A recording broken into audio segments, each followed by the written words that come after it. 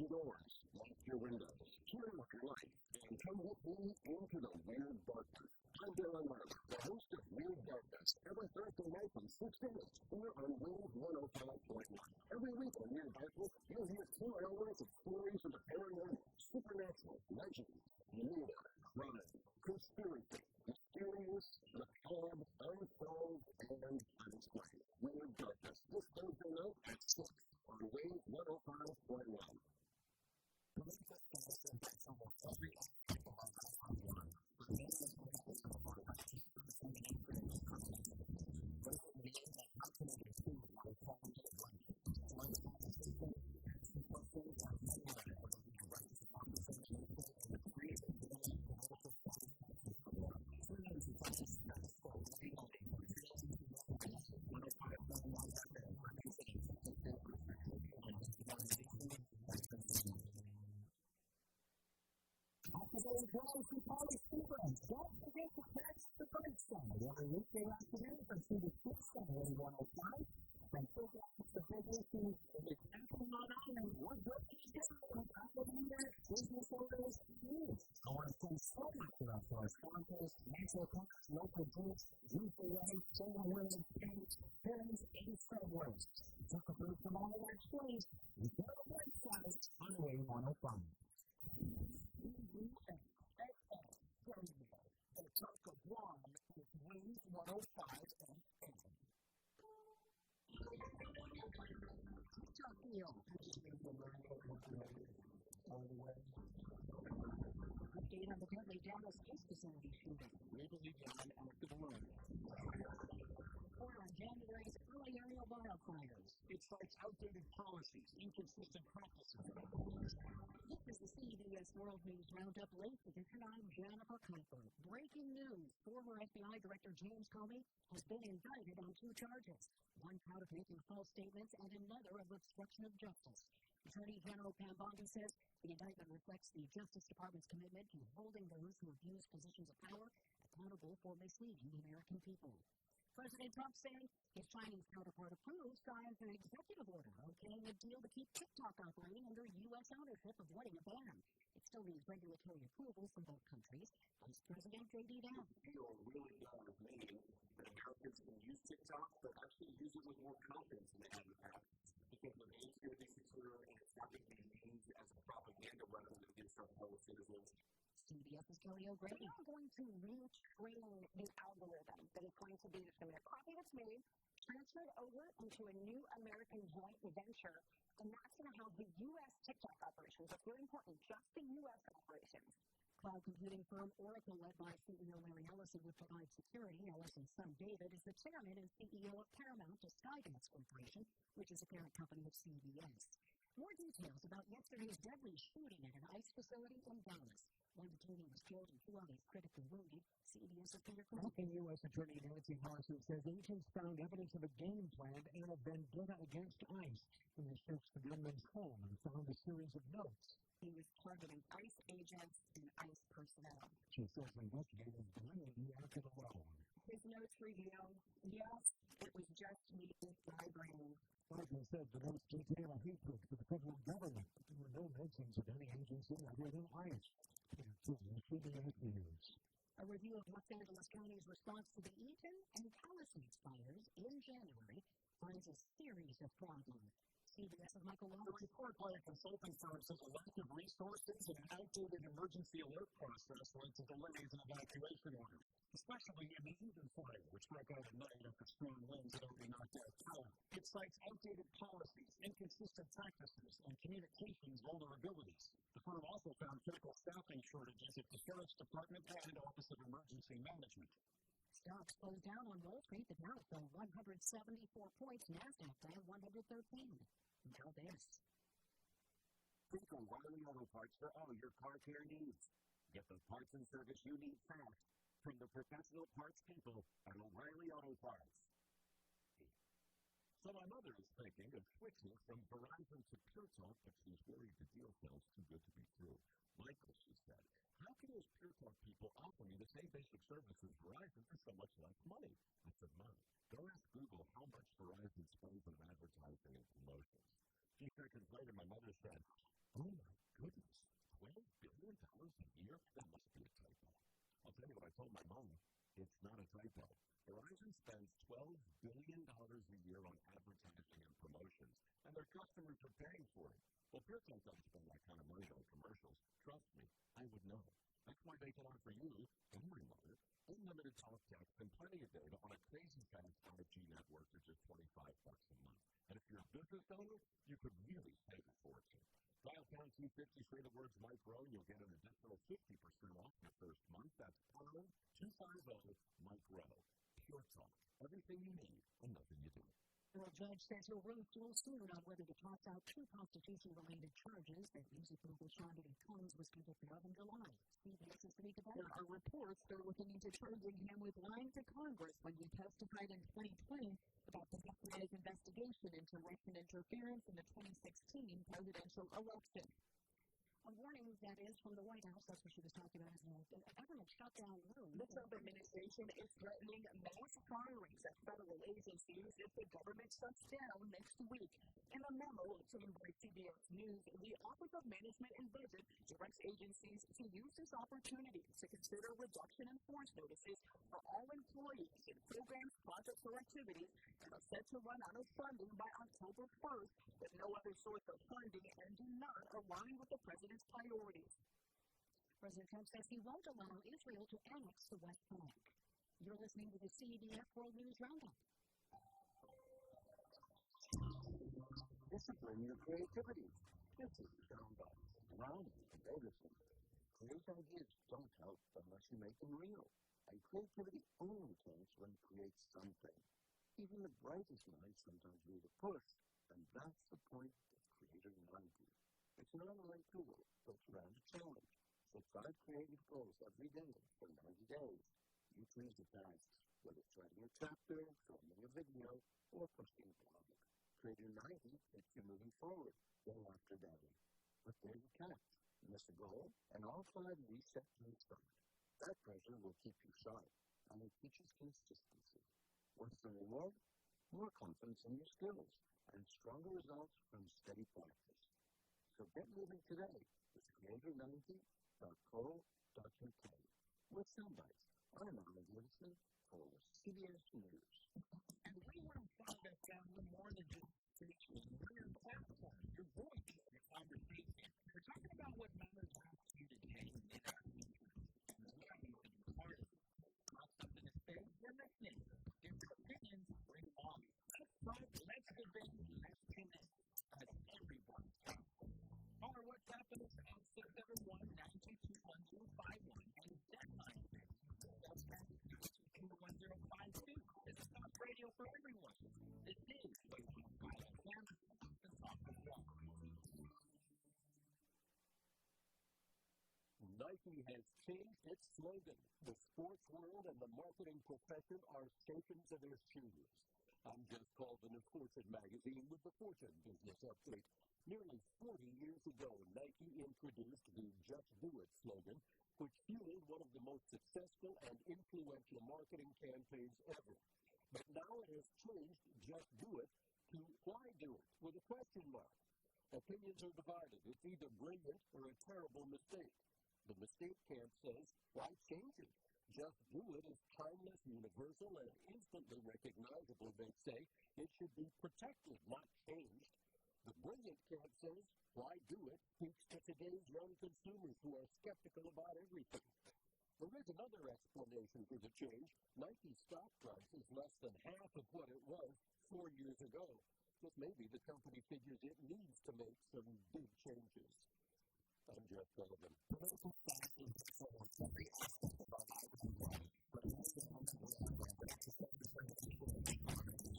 what's the most and how can it improve our quality of life? Today's conversation is reflecting on the more about the rights of the person who can create and manage political science.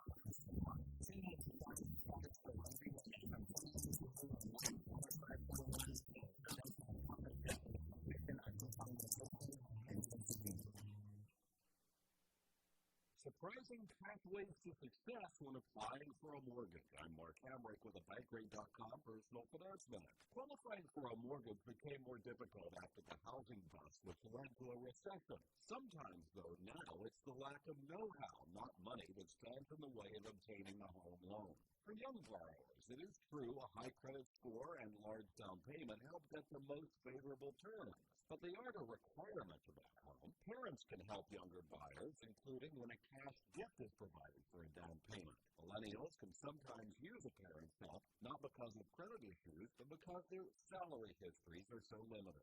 Foreclosure remains on a credit report for at least 7 years, but the impact diminishes over time. The negatives can be countered by good things like a low debt-to-income ratio and an established credit history. If everything else on your report is in good standing, your FICO score can improve in just 2 years. For more, check out Bankrate.com. I'm Mark Hamrick.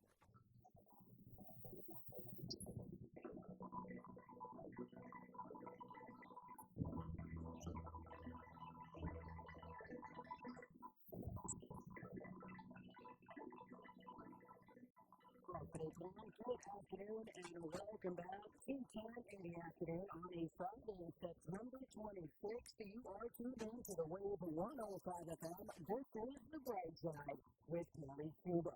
Proudly brought to you by Chili, Grill, and Bar, the Code School of Guam.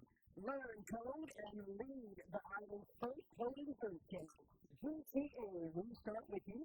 Micropack, open hours tomorrow in 9 locations. Visit us today on Sentinel Security Solutions, Sherman, Williams Space, Cowboy. Eastside. We have your local headlines for you right now with Skyler O'Bispo from the Marianas Business Journal and the Guam Business Magazine. It's all brought to you by McDonald's. What I saw today, here's the latest from the Marianas Business Journal. Acting Governor Josh Morales declared a state of emergency due to doping contamination in 2 water wells in Chico. In a special video after this, Morales said that $250,000 are immediately available to the Guam Waterways Authority to detect filters and other systems to make the water safe before it reaches residents. These include 4 homes to mandate something testing public reporting of the existing wells and their updates on the remains perfect to trace easily the effective systems. Registration could be released on September 20th, 1,112 customers were notified of the water they received. Using the wells and filter levels are above law environmental protection agencies' future action level requirements. In warning to Guam Park, the leaders advising motorists that are closing the outermost southbound and northbound Marina Line Lot 2 in Hawaii and Vermont, tomorrow, as crews will be conducting education training work near power lines. Work will begin at 9 a.m. to 3 p.m. from Study Bay Overlook to the Cyclone River area.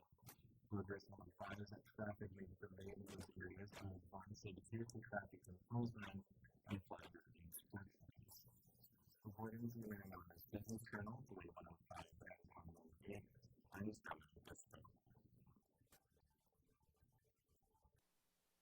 Here's Energy in 15. Quick power fact from GTA. You can do more than pay your bill online. With PayGTA.com and our mobile app, you can manage your account, set up auto pays, and go cheaply.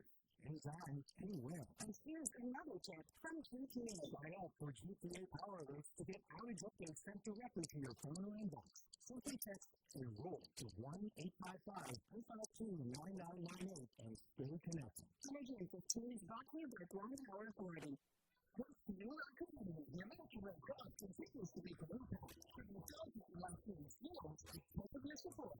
Knowledge is changed every day. This message of gratitude is brought to you by the government. This Monday, more of that. And the new baby family. And one of the steps. Bigger than learning is the second thing to move on. For everyone who has been here for a reason to strong results. And then more of the website.com. Your voice stays strong.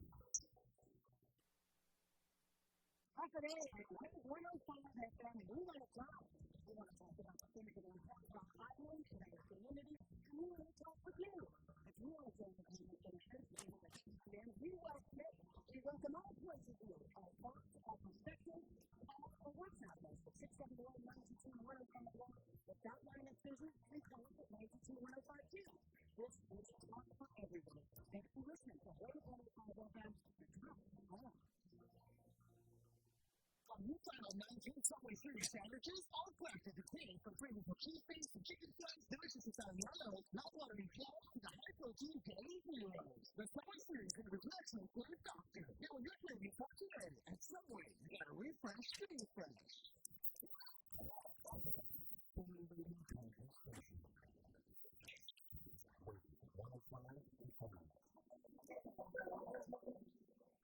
Looking for the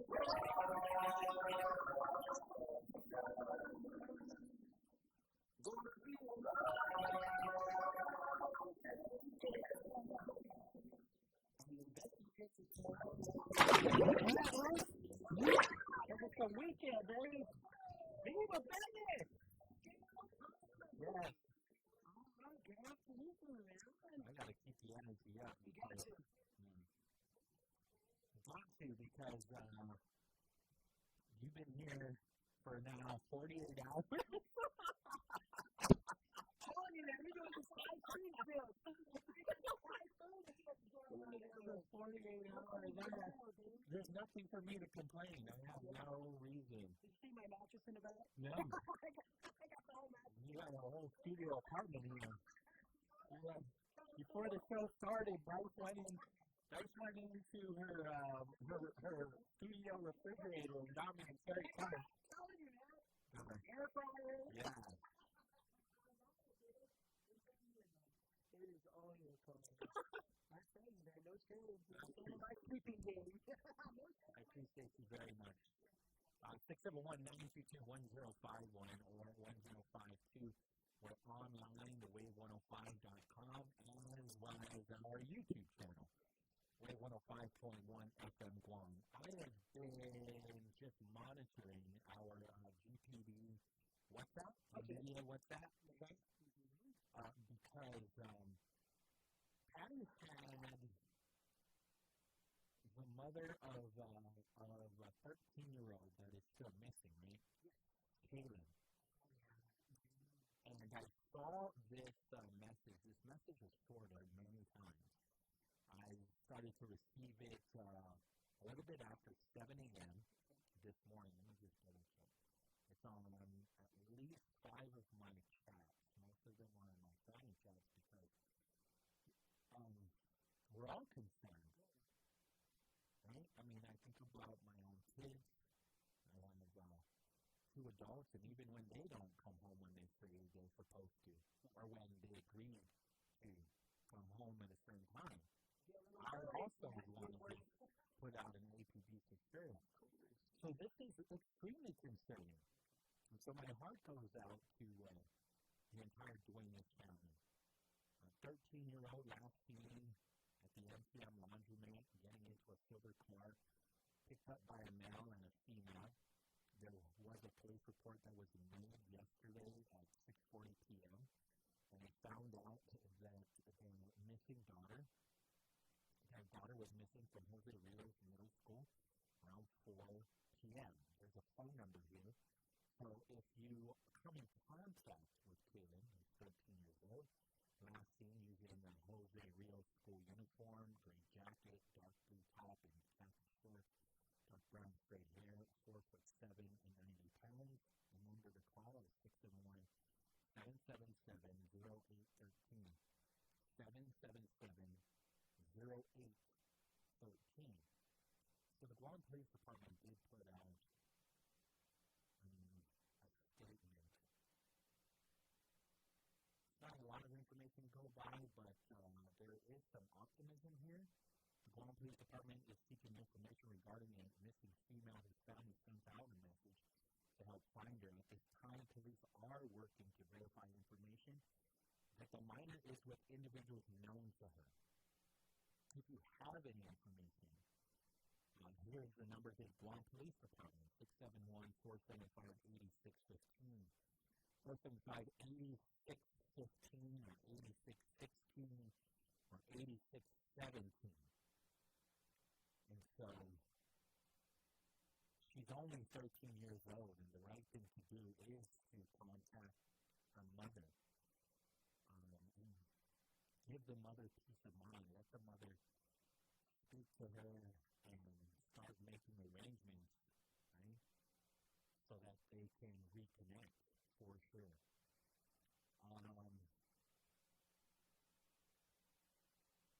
I also reached out to GDOE and just, I'm not putting blame on anybody, but when you listen to the mother speak with Pauly, she had said that the daughter went on a bus,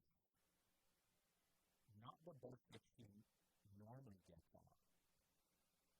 And so I'm not familiar with the standard operating procedure, but I did speak to a bus driver recently, just having a casual conversation. And the bus driver did mention, and I understand bus drivers are not GDOE employees, there's an MOU, they're DPW workers.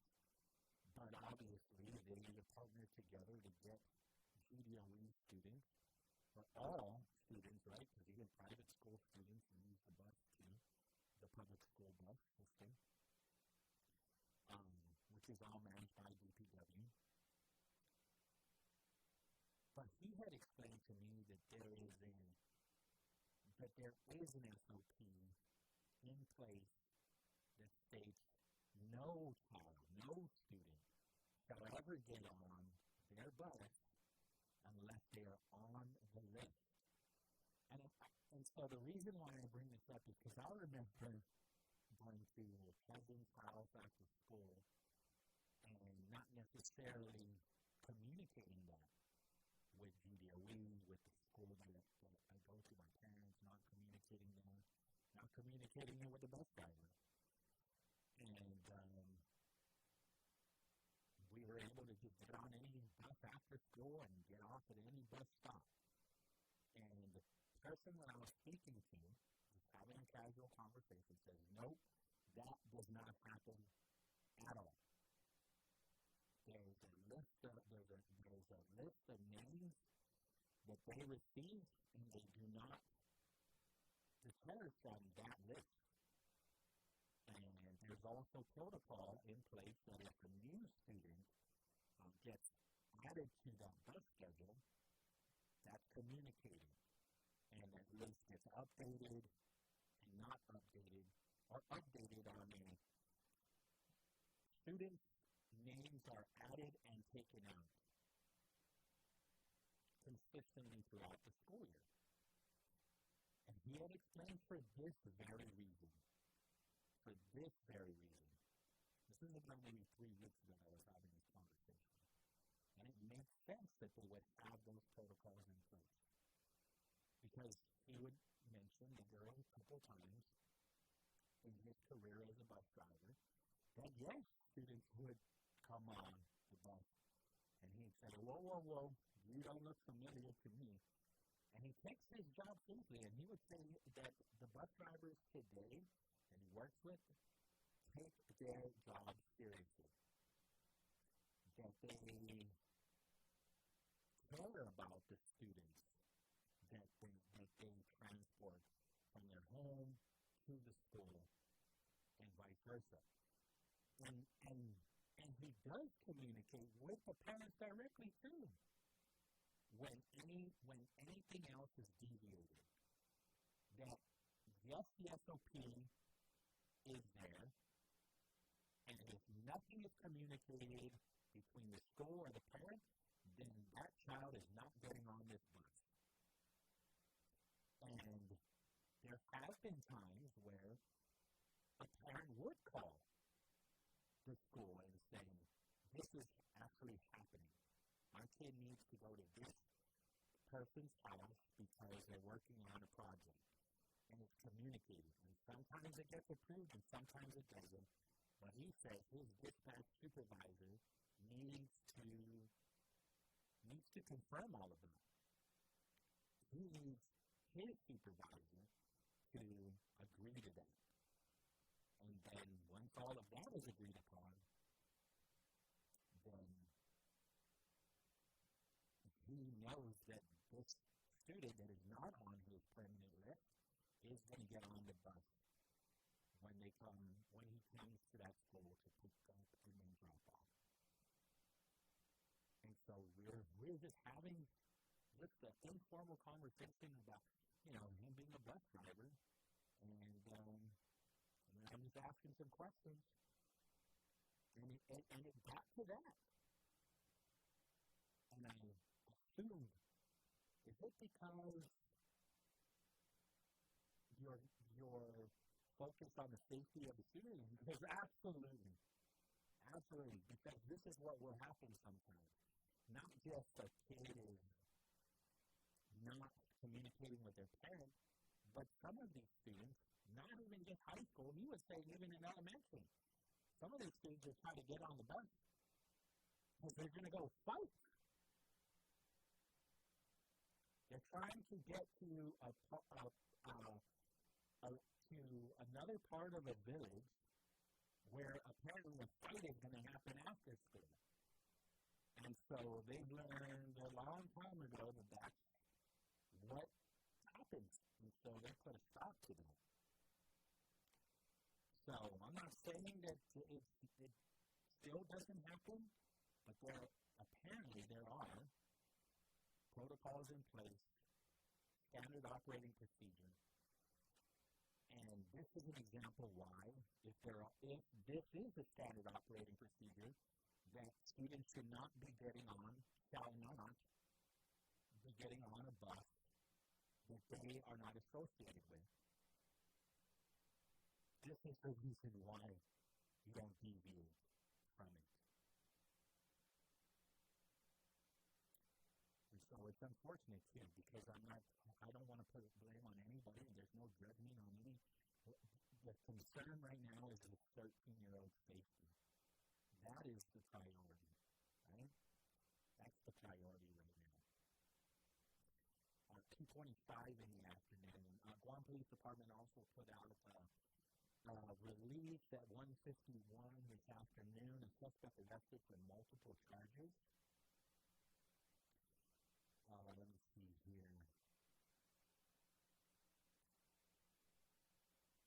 So they arrested Jermaine Anthony Pangolin in Solid, 47, yesterday for the charges of aggravated assault, and rioting.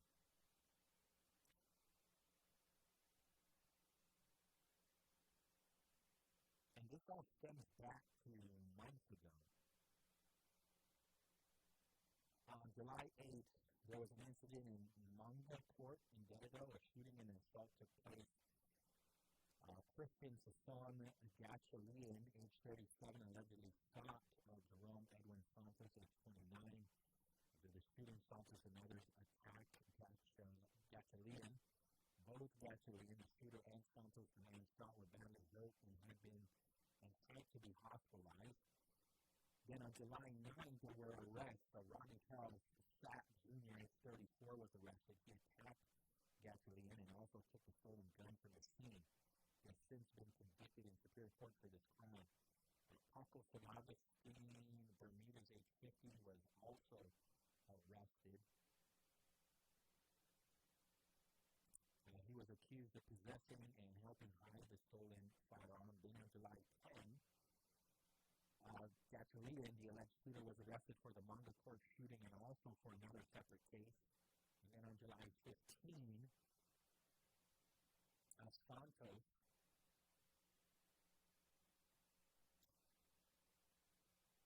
the man who was shot, but also attacked Gachalian, was arrested. Terry Juan Cabrera, age 30, and Cassandra Rose Eggleston Mendiola, age 33, were also arrested for their roles in the assault on Gachalian.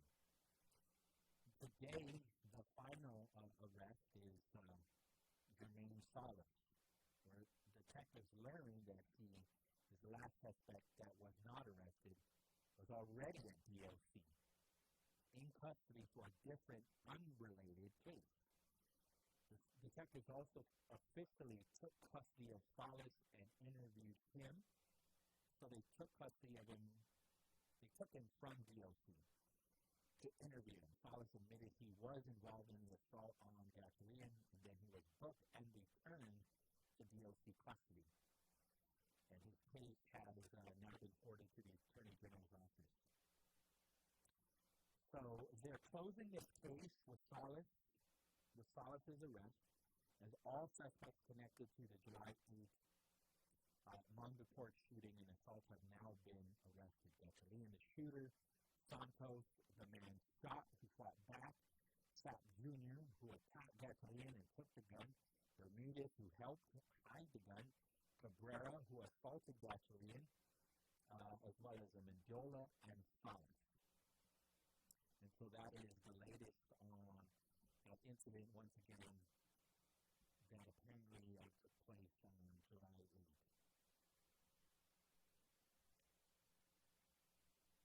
And so that's the latest today from that incident right there.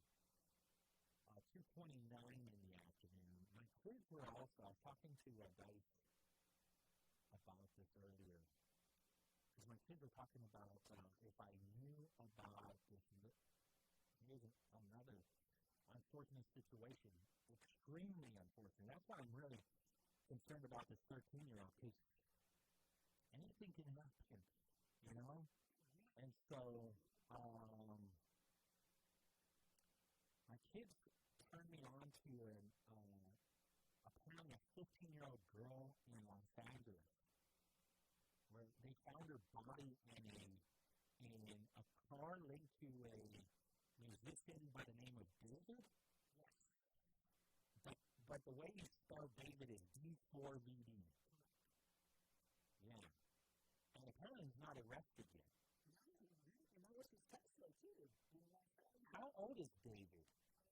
He's like the new Old Town Road? Yeah? 20 years old? Less than 21. I would say 19, 20 years old. What's his connection to this girl? You know? They were allegedly dating at one point. When she was like 12? So the way my kids explained it to me is he's been grooming her. Yes. And they believe that it is this girl who would be 15 now. Her body is decomposed. On September 8, workers at an impound lot in Hollywood called authorities after noticing a strong smell coming from a Tesla that had been towed from the Hollywood Hills. Police later opened the front trunk and found a bag containing human remains. The body was so badly decomposed that it took more than a week to confirm the identity as per TMZ. So sometimes when I read stuff from TMZ, I'm like, no, let's just wait a little bit. But now, more news outlets and whatnot, local news outlets, of course, are reporting on it in Los Angeles. After identification, several details began to suggest connection between the girl, her last name is Rebus, and David. Rebus's mother said that her daughter's boyfriend was named David, and noted that both shared a similar tattoo on their index fingers. Social media users have also shared old photos and alleged chat screenshots suggesting the two knew each other, though these remains unverified. And so it's crazy because they're doing their own investigation on TikTok. Like there's a whole lot of TikTok reels on kind of romantic homicide. And I don't know how you put romance in a homicide in this thing. So some of these TikTok, this is interesting, right?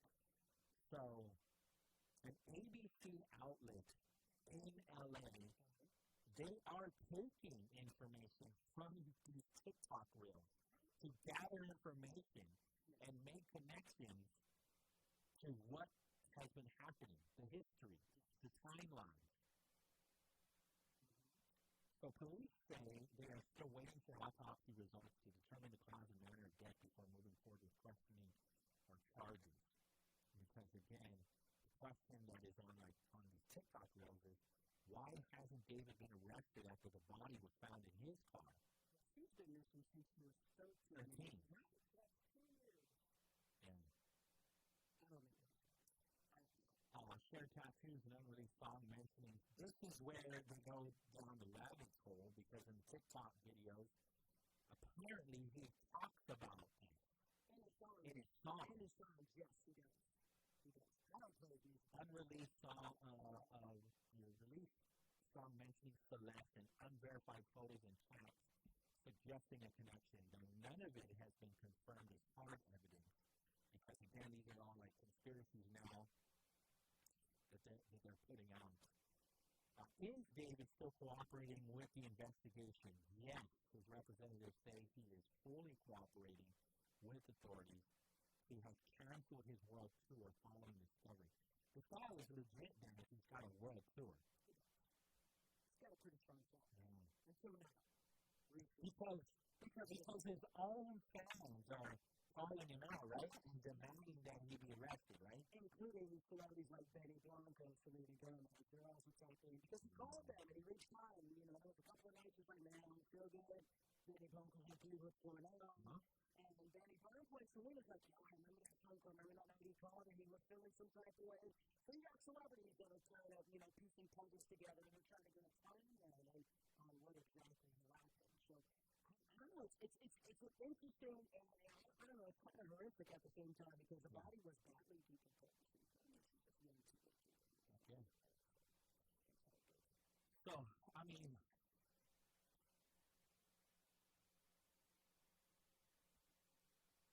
again, I think about our 13-year-old girl. And that is why it's so very important that maybe you think you're helping. Please contact GTV. Please contact her mother. And there's nothing else to say about it. Let the authorities handle it. I have a relative, young, very young, and I'm not going to say his name, but it still haunts my family to this day. And it's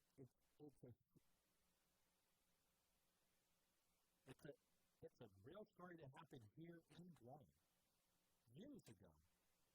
I would say 25 years ago. And my nephew got into a car with somebody he knew. And we never got him back. We never got him back. So I am begging you to please call the authorities and call her mother. 2:36 in the afternoon, we will take the break. Where's the next one? We're excited to announce that we're hiring for a variety of positions with some of Guam's recognized and respected leaders, including Coca-Cola, Cuomo, Chili's, Princess of Guam, Subway, Ichigo, and Cinnabon. Whether you're just starting out or looking to take the next step in your career, there's something here for everyone. Explore career opportunities and apply today to apply.guam.com. The next great opportunity is just a click away.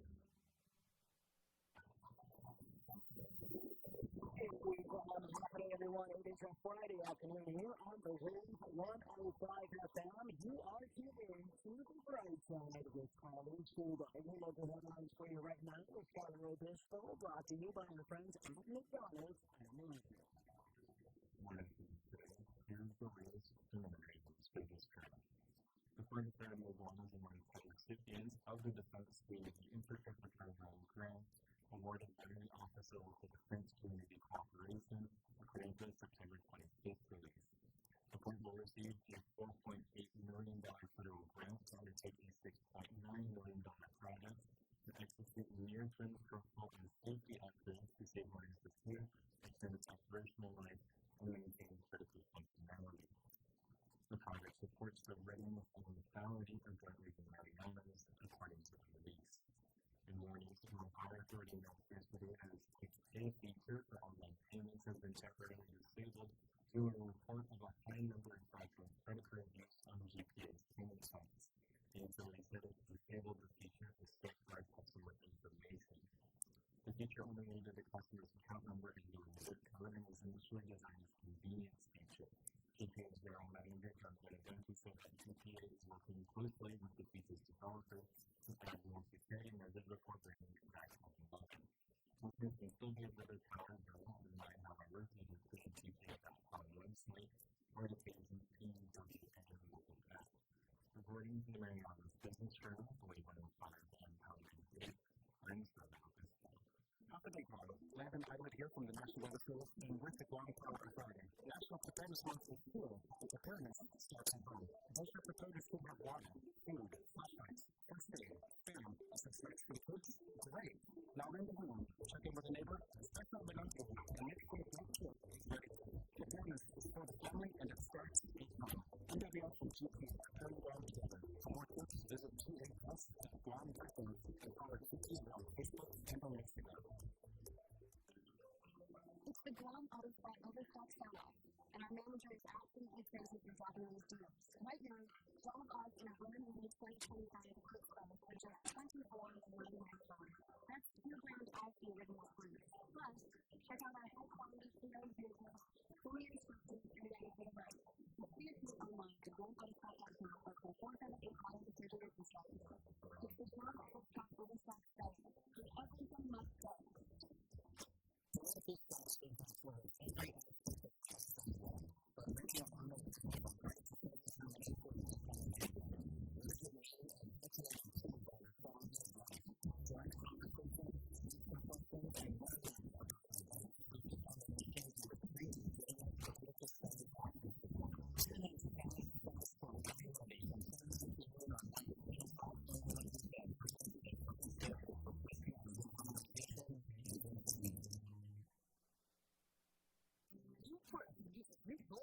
Order online and someone can adopt time for pickup if it's convenient or delivery right to your doorstep. Online ordering is someone who can adopt time and product and video. And somewhere in the retail chicken scratch.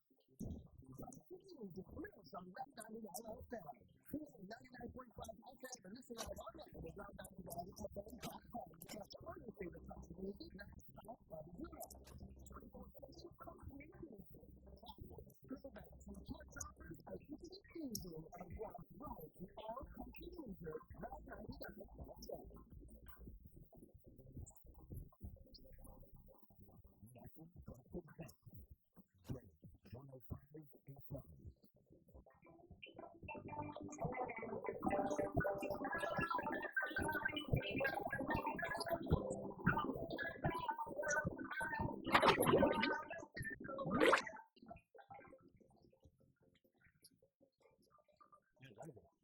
That's the vibe right there. It's all about the deal for this weekend, man. I'm taking this off the sports guy. I mean, I'm going to trust him. Very informative. I'm going to pull on to my movie. I'm going to save it for this weekend. I'm going to get some good down. I saw this one flyer that I don't think it's coming up. I think it's in October. They're going to do like a small time market. Oh, cool. Like at Is this a chicken Brightside. That's spring sauce. Okay. We gotta wait for it. Yeah, well, you should come with me next time. I want to do this chicken. Yeah, I'm excited for that. that. Yeah. Absolutely. I had no idea that we had these dinosaurs on this island. Like, now when you look at these giant roosters, right? They're huge. Like 2.5 feet tall, maybe almost 3 feet high. We're like, how could you ever say there's no such thing as dinosaurs? You guys are the Tyrannosaurus Rex is the ancestor to these roosters. There's a National Preparedness Month grand finale event this Saturday at the Game Shopping Center from 10 to 2, where there'll be a number of outdoor vehicle displays, trivia opportunities, giveaways, and Tsunami McKenna is going to be there. Fill us in. What is that? You know who Tsunami McKenna is? Oh my gosh, no. He's like the most popular, more popular than the governor. Really? Tsunami McKenna. Tsunami McKenna. Yeah. You haven't gone to the movies in I'm forever. doing some homework. I'm doing homework. Google Tsunami McKenna. I'm doing it. Yes. Tsunami McKenna. Anytime I would go watch a movie, like 5 years ago, the commercial for Tsunami McKenna. Tsunami McKenna. Yeah.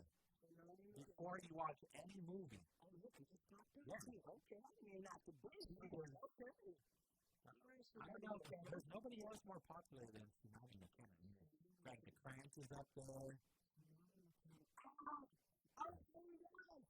Yes, okay. I'm in the loop now. Who else? Who else is up there with Cinco celebrity Senator Chris Barnett? Yes. Okay. Right? Tsunami McKenna trumps them all because sometimes I'll ask these kids, right, when they go to do their career day, elementary, right, or sometimes even middle school, like who knows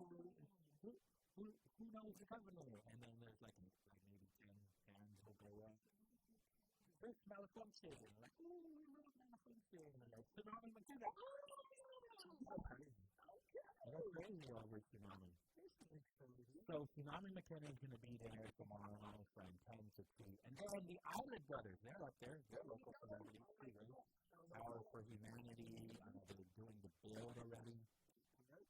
And then you've got the Hands for Humanity. You know, that's not this weekend, but you can make your donations. If you go there today to the Gang Shopping Center and you donate toothpaste and shampoo, you can get one of those logs, and you can design it however you like, right? You can put whatever you want. You know, these like graffiti artists that are going all over, you know, just damaging and vandalizing the whole island. Like, you know, if you just donate toothpaste, if you donate 50 mini, you know, those travel toothpaste, if you just donate 50 of them, you'll get 50 logs and you can put your art all on those, you know, and they have no choice but to put those logs up. And so, like, you know, never mind vandalizing buildings. You can, I wouldn't even call it vandalizing, you know, it's your art on the new tower. Yeah. Ooh. A little vandalizing, but yeah. That's just still brilliant. None of them. I'm not the one that looks talented. What is it? It's food to What are you saying? You're kidding. Yeah. It's not vandalism. Well, you know, I mean, that's official. He's great with a spray can. He's the Nicholas. Yeah. Yeah. I like that one. Yeah. Okay. Oh, that's official though. Yeah. Like people pay him to do it. He's great at it. I'm talking about the other people. No. We're not. The others. The bus stop ones? Yeah, we don't like the bus stop either. We don't like the bus stop either. Yeah, we're not doing that. I like that other one, the new guy. Heath Nicholas is one of the best. He's our own. I like him. They paid him to be paid all over Donkey. He's really good. He was a donkey. Mm-hmm. Yeah. So you see the Seahead and the pool, right? And you're gonna go to the restroom. That's him? That's him. The dolphins. Let's restart. I think Josh Baragata, I believe, has one up in there too. Josh Baragata is another amazing artist. Yeah. People pay Josh to paint murals on walls. I think he's got one over at the Community First. It's over on Route 4. It is Community First. So if you're going to the Teller, yeah, he's got his own too. I like his work. So the National Preparedness Month grand finale event is tomorrow, 10 a.m. to 2 p.m. And then just go inside and say hello to our friends, the Island Brothers, and also Lori Marble will be there too, taking in their donations and to feed all of the hungry children in Guam. And her reach is pretty extensive. So her reach goes to the Philippines, Peru, Palau, and CNMI. She's going to be doing the CNMI very soon. You know, she's praying, and I know for sure that she will soon be in our neighboring islands as well, providing the service. Right? We were talking to her yesterday. Let me see here. I was watching some public hearings too. It's 2:48. I think we can wait until the 3 o'clock hour to start breaking down some of the public hearings. There were 3 bills that they had hearings on this morning, and all revolving around land and leases and rent, and not discriminating against should, who you can rent to. We'll get into that in a bit. And I know the Guam Election Commission, there's a couple bills. If they might still have their public hearing, otherwise it's over. It started at 1 p.m. I haven't watched that one yet, but we'll get into that. But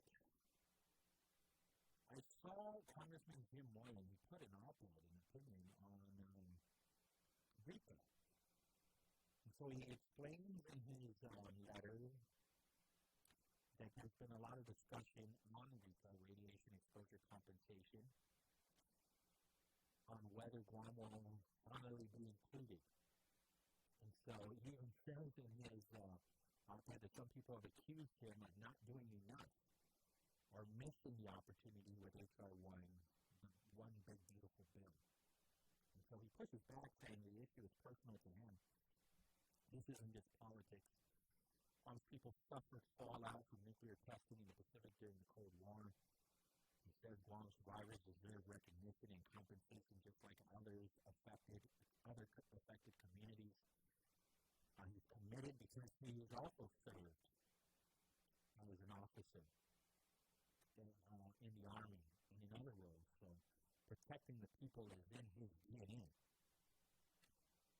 He testified before the House Rules Committee, and we actually played that too, to argue that Guam's victims deserve recognition.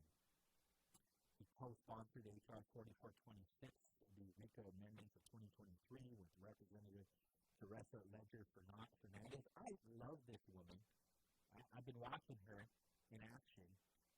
She was here on Island 2 when they were talking about the concerns of China in this region and also negotiating with some of our neighboring, some of these islands, small island nations that surround us, and the concern of the agreements that they make with China.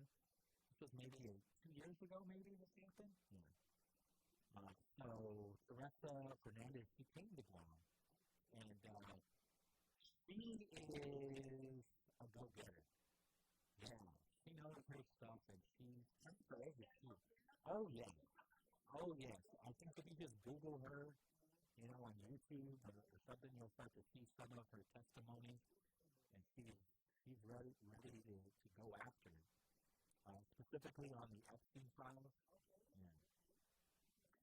Anyway, so the bill would have designated Guam as a downwinder state. However, the bill failed, and he says it laid the foundation for future efforts. And then in 2024, the Senate introduced the Radiation Exposure Compensation Reauthorization Act.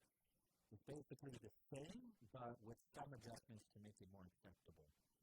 It's slightly lower compensation levels and lower cost estimates, and Guam was still included.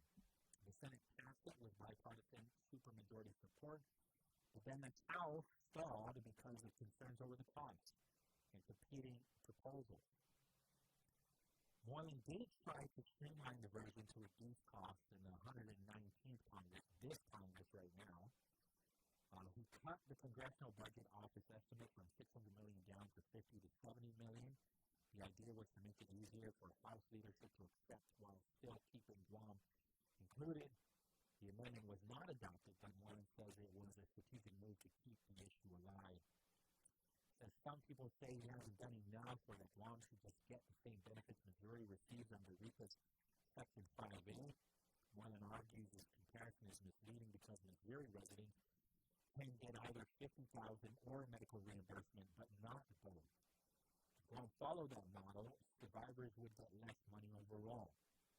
He refuses to accept anything that diminishes what Guam survivors deserve. He has worked directly with Pars and Robert Celestial, the president. He says this in his op-ed, right? While they may not always agree on strategy, he says they share the same goal: justice for survivors. Moylan says he is pushing legislation to ensure Guam is included in RICA's downwinder provisions and cover all nuclear testing gates so no survivor is left out. His goal is fair compensation and acknowledgement of Guam's suffering. And so, in his closing statement, he says, the fight is about truth, healing, honoring the sacrifices of Guam's people. And he says, when we fight together, we win together. I think that's a Moylan thing, too. Because I think I've heard A.G. Moylan say, go fight, win. I got this thing. A.G. Moylan says, go fight, win, and Congressman Moylan says, when we fight together, we win together. So Robert Celestio, the PAR's president,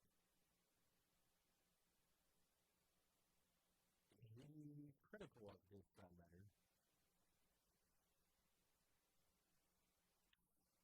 And he says, I read this article, and his actions does not reflect what he says. Yes, we do differ in what the people of Guam deserve, and he has not asked anything for Guam other than just add us in the Guam. No health benefits, no renal diseases, no renal cancer, and yes, downwinders get $100,000, but no option for health reimbursement. Missouri has the option to choose $50,000 or out-of-pocket documented medical expenses. Which would qualify recipients choose, he says.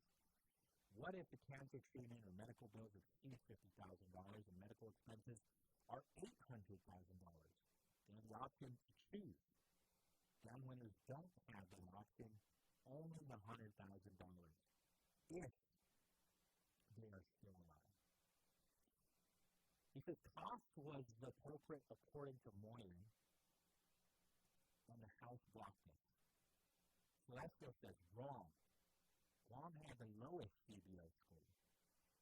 Multiple states' CBO score was above $1 billion. Why was Guam excluded if we had the lowest CBO score of $600 million? So he's questioning and saying, is this all a cover-up? What's going on? And so I don't blame Robert Celestio for being very critical, because he's been going about this for years now. 4 years. There's no denying that the man is a champion when it comes to fighting for RICA. And so I would hope that Congressman Jim Moylan really does align more so with Robert Celestio. That there isn't this friction. Because we're both doing this for the same reasons, right? Yeah. What did you just say? Somebody put some things about Governor Carter. Josh Tenorio reportedly asking Governor Carter to be GMH electrical panels on. Okay. It's not the first time. They asked Governor Carter while he was GM president, or maybe before, to be the permitting czar. Okay. Yeah. To help with streamlining permitting in Guam. I'm not surprised that they're reaching out to. He's a go-getter. Get it done. Yeah. He's the man. He's the man of the people. The people's champion. Somebody was sending me these videos. Apparently, they were making music videos. No. Yes. They got music videos? For Governor Carter. Oh, that's pretty cool. I swear. Hey, that's cool. I don't think we can play them. Okay. Yeah. I like that. So, Guam's working class man. There's a whole music video on YouTube. No. Oh, wow. It's time to repair the roof is when the sun is shining. John F. Kennedy. And this all relates to Governor Carter. Like,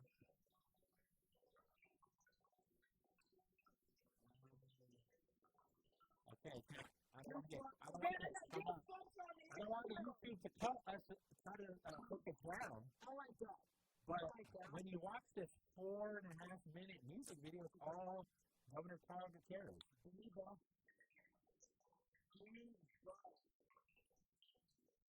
Wow, and that's not the only one apparently. People love Governor Carl Guterres so much. They made two music videos, full length. The love of the common people.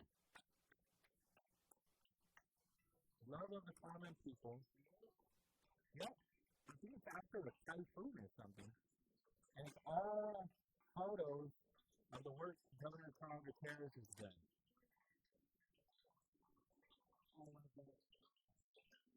I don't think this one happened at 27.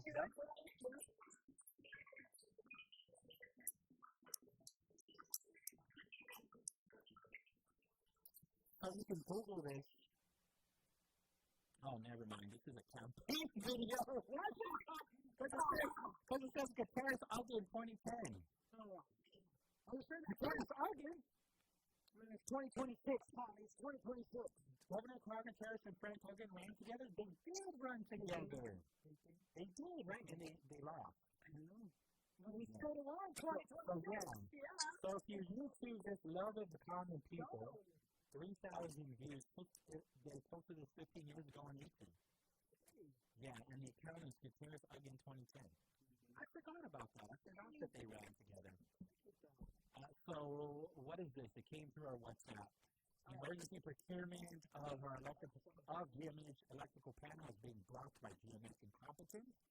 Their continued refusal to accept help from GPA. I thought we solved all of that yesterday. They all said, you guys work on this. When you finally have the RFP out and you have the contract, rest assured the legislature will have the money.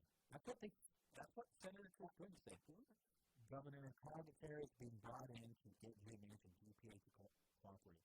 If any person is going to do it, there you go. That's the one. We're telling him. And he'll drive that forklift. The forklift, the backhoe, the bucket truck. He's going to have the bucket truck. He'll drive the ambulance. The ambulance. That's how you're supposed to say it, the ambulance. Good afternoon, Governor Carl Guterres. His ears are probably ringing right now like you're talking about me. People have been talking about him lately. His ears are probably ringing right now. People have been. I mean, if everybody's going to run for governor, might as well him put in this. Bring back some sunshine. There we go. Right? There we go. Recently, his name has been coming up. I'm not going to lie. It's been coming up. If you're throwing in, how many other names are out there running for governor? Okay. We know for sure it's Senator Wilson Augustine. For sure. We know for sure it's Senator Tony Adams. That's right. Yeah. And then Senator Frank Fox Jr. did say he is running. For sure? I don't know the for sure part, but Marcel Camacho, I haven't heard from him. I haven't heard from him in a while, though. I haven't heard from him in a while. He was the first person to officially announce, right? But it has been months now, right? So we need to check him again. Marcel. Okay, if not, then we're going to go. There are other names out there. So I also, it's not confirmed because I did not hear from the AG Moreland, but somebody sent me a comment saying that AG Moreland has decided to run for AG again. But again, that's not from Moreland. We got a one comment. Oh, yeah. KQM FM and then I'm sure. I'll put it in. I didn't filter this. Wave 105. I'll put it, you're on the air. Hey, Joe Bowling! I thought I heard Rambo first. I think I heard Rambo before you.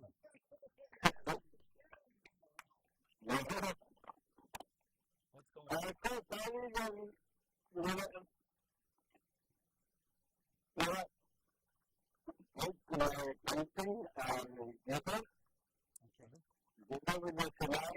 Okay. When do you want me to pick it up? Okay. No,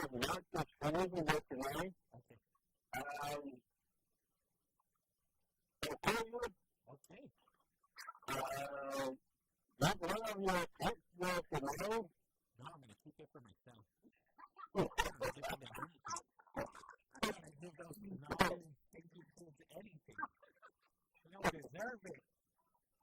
They don't deserve it. No, that's a question of ownership. No. They have been naughty this year. Especially the girl.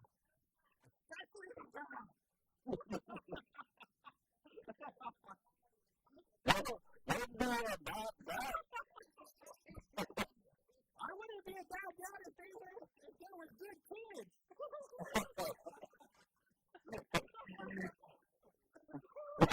I got 3 kids that are getting cold this year. No, I'm just joking, but I still am going to keep that tonight. I'm not getting anything. No. I give them power and water, and a washer and a dryer. I give them plenty.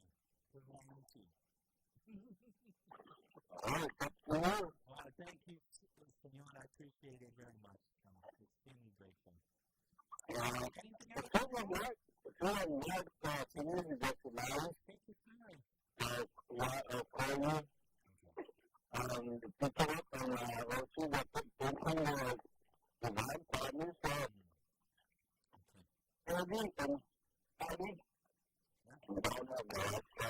You know the other thing that you made for Patty, you never got it, right?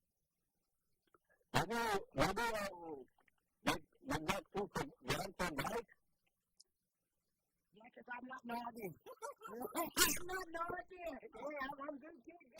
But do you remember the painting that you made for Patty over at Front Community Group down in the Council Mall? Remember?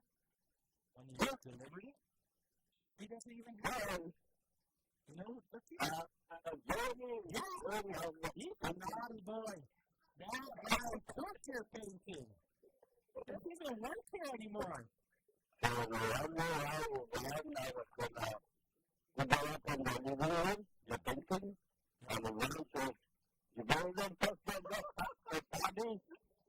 Yeah, exactly. Jeremy's not allowed here anymore. That's what happened. Ever since we found out that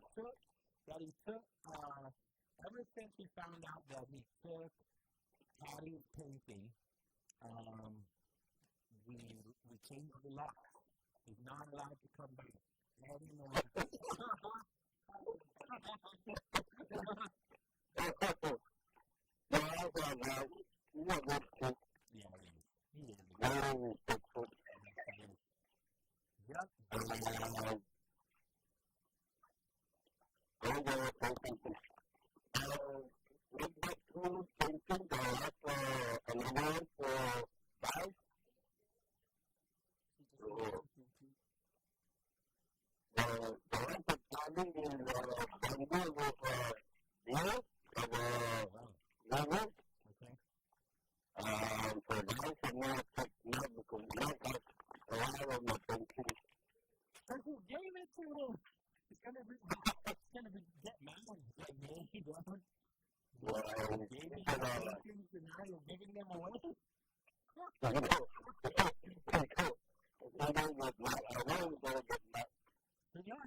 That belongs in your family.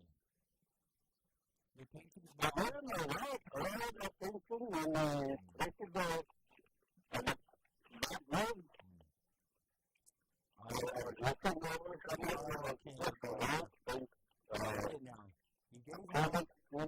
You gave him all of these paintings and these acrylic paintings, and he didn't even put them up on his wall. That's why I get it now.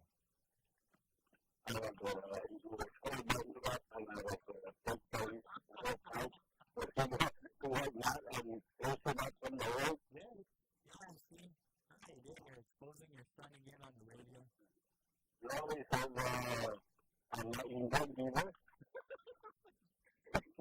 Yeah. Well, as long as Mark's okay. Don't feel obligated. Please never feel obligated. Okay. And the other one stopped by. I'm going to ask him, maybe you want to move him to allow him to give you the stuff. Yeah, whenever you just let me know.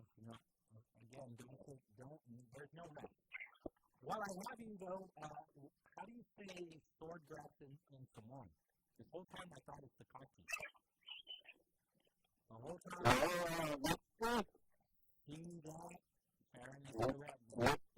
So what does Sakaki mean? Mm-hmm. What does that mean? This is any grass? Well, now I know. Now I won't forget. Neki is the sword grass and Sakaki is just any grass. Okay, senor. Carissa? You know the Carissa?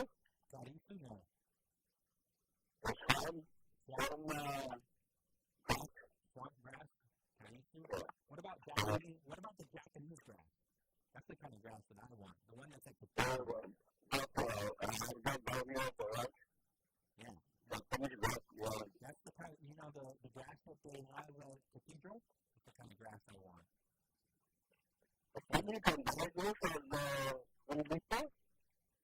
Is it hard to maintain?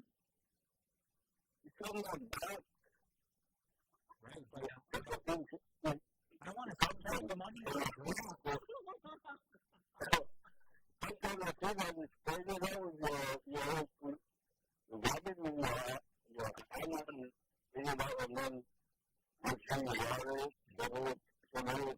Yeah. So is it easy to maintain? It looks easy to maintain. When I look at Cathedral, I'm like, that grass looks like it never grows. And it looks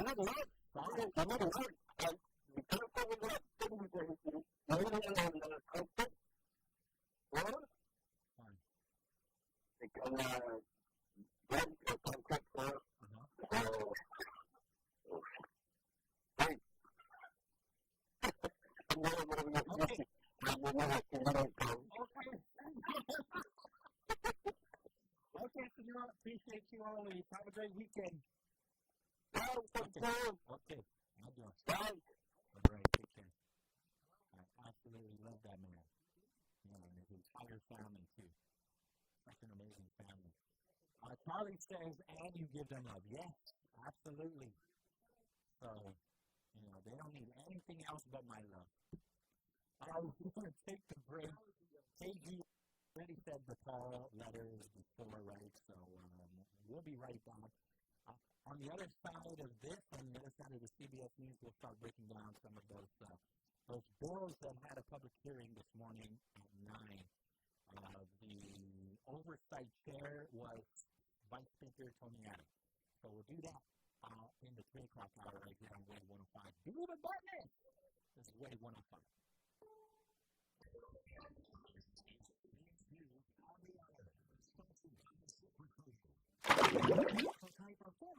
Director James Comey has been indicted on charges of making false statements and obstruction of justice. CBS's Stacey Lynn. Legal analyst Lori Lovin says it will be a tough case for the Justice Department, since the prior U.S. attorney expressed very clear doubts about the case against Pauly. The court will have to decide whether this was selective prosecution.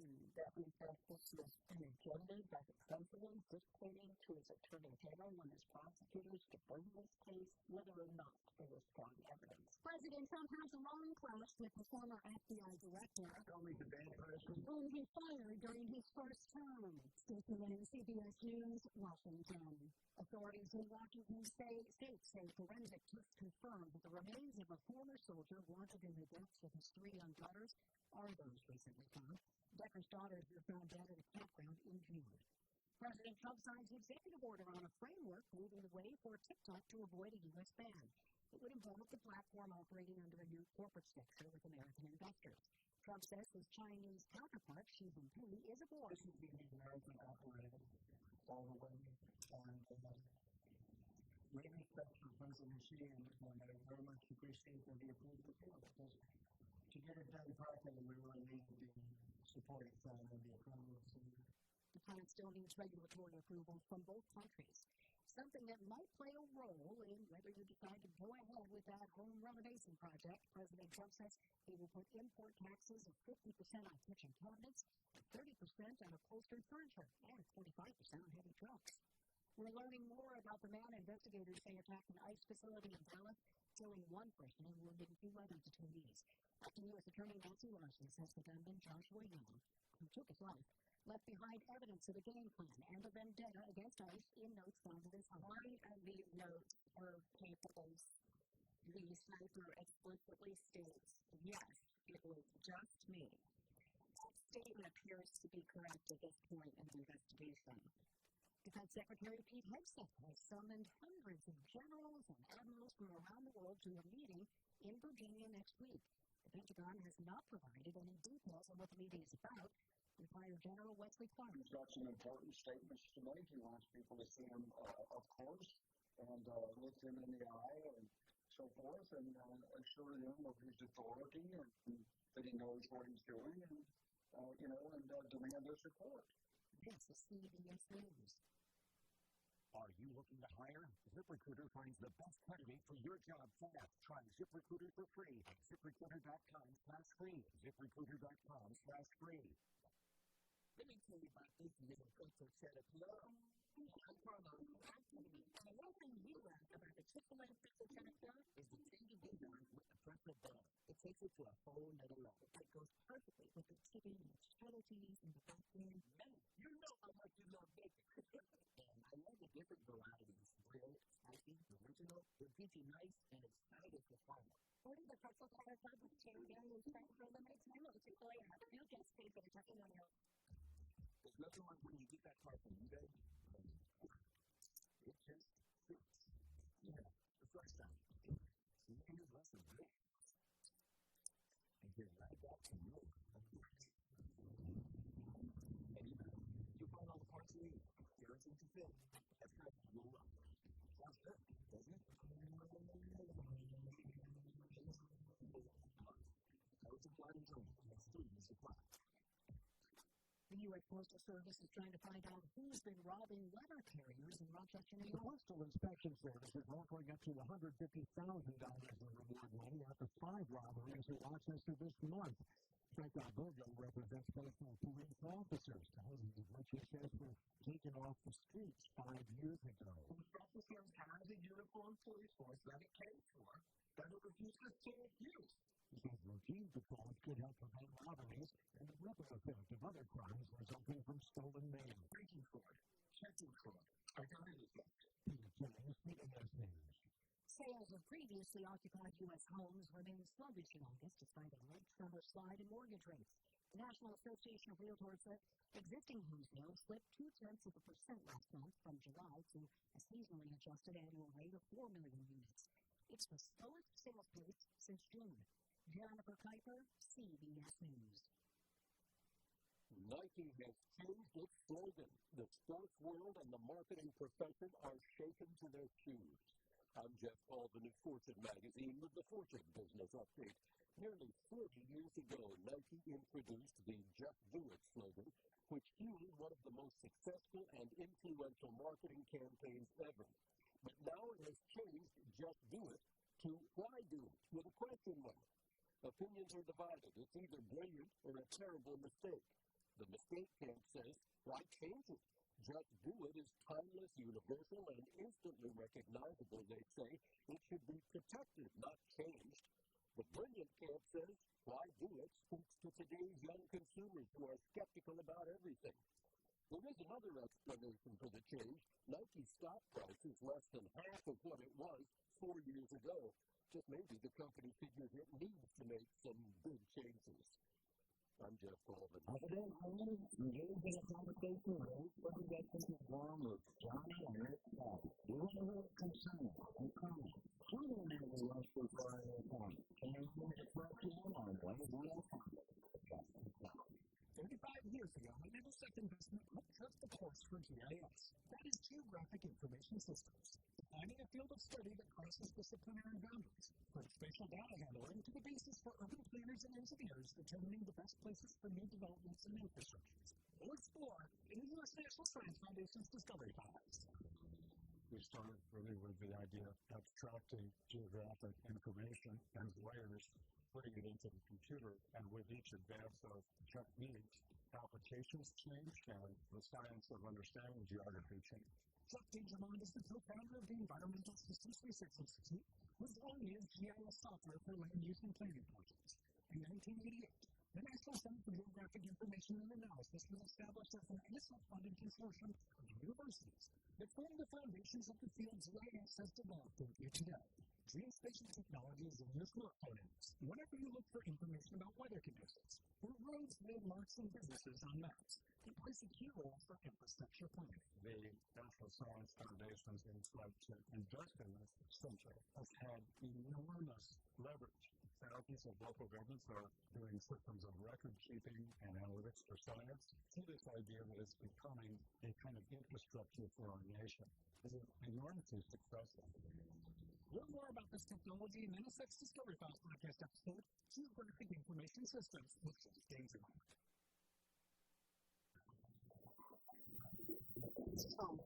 Good afternoon, everyone. It is 20 minutes after 3 o'clock here on the Brightside with Pauly Suba. We have your local headlines for you right now with Summer Oberto from the Mariana Business Journal and the Brown Business Magazine. And it's all brought to you by McDonald's and Lowe's. Related to the business journal. Acting Governor John Pauly declared a state of emergency to rebuild the contamination in two water wells in Cuba. The special video drill for around $250,000 are immediately available to the Water Works Authority because filtering and other systems to render the water safe before it issues residents. The executive order also mandates something testing public reporting of infected wells and regular updates on CWA's efforts to train and change affected systems. According to the EWA release on September 20th, 1,112 customers were notified of the water they received, and from the well in which filtering levels are above what environmental protection agencies use them acting local requirements. More music on power stations as motorists that will be closing the outermost southbound and northbound lanes on Route 2 in Hafa Adai tomorrow as crews will be conducting presentations and work near power lines. Work will begin at 9 a.m. to 3 p.m. from the City Bay Overlook to the Longford World River area. Motorists are advised that traffic may be delayed in those areas and are advised to adhere to traffic control signs and follow instructions. Reporting from the Mariana Business Journal, we will follow on 98 and we follow this time.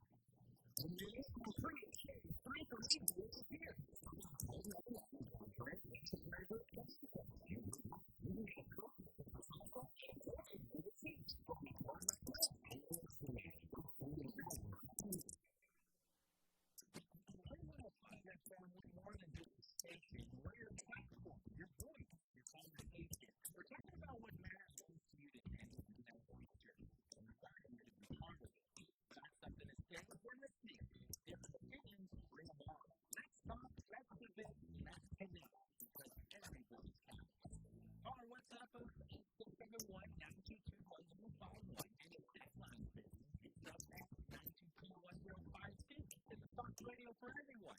This is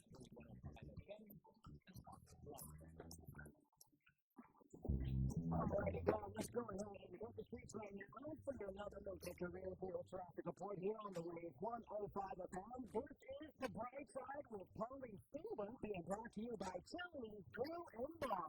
At Chili's, more life, great food, and memories happen here. The Toad School of Law, Mary Toad and Lee, the Irish First Coding Boot Camp. GTA, we start with you, and MicroPack, open hours morning, and more locations.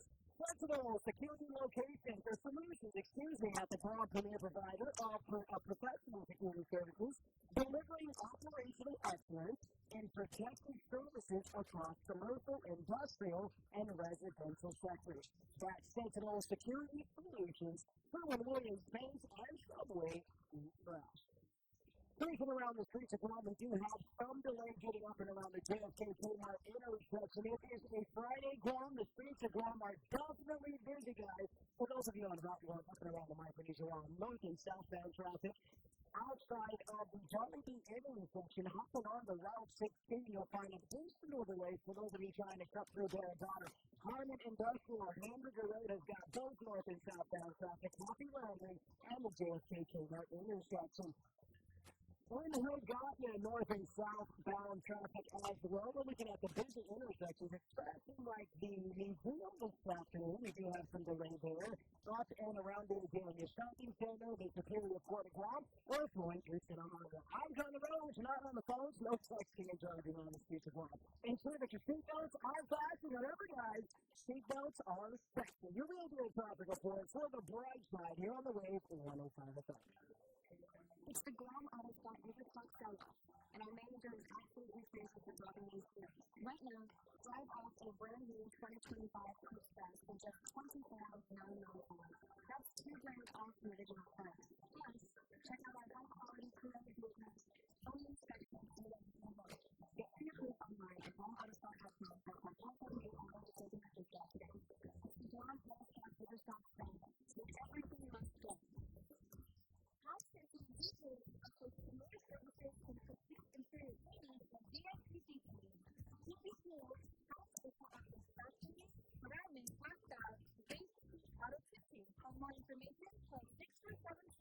Here's Oregon 15. Quick power facts from GPA. GPA crews work year-round on preventative maintenance, from cleaning vegetation near power lines to upgrading equipment. This behind-the-scenes work protects the island's electrical system and helps keep power reliable for customers. And here's another tip from GPA. Report emergencies or down lines anytime by calling GPA's Power System Control Center at 671-475-1472. Our crews are on call 24/7. Oregon 15 is brought to you by Guam Power Authority. The Green Independence Express News Show on that of the Southwest, Justin Collins, and do not necessarily reflect the views and opinions of the South Magazine or Wave 105 FM, Men's Email, or any of our programs. As we strive to provide quality, respectful, and engaging content, we welcome you to participate in the conversation. Thank you for tuning in to Wave 105 FM for Sound of Guam.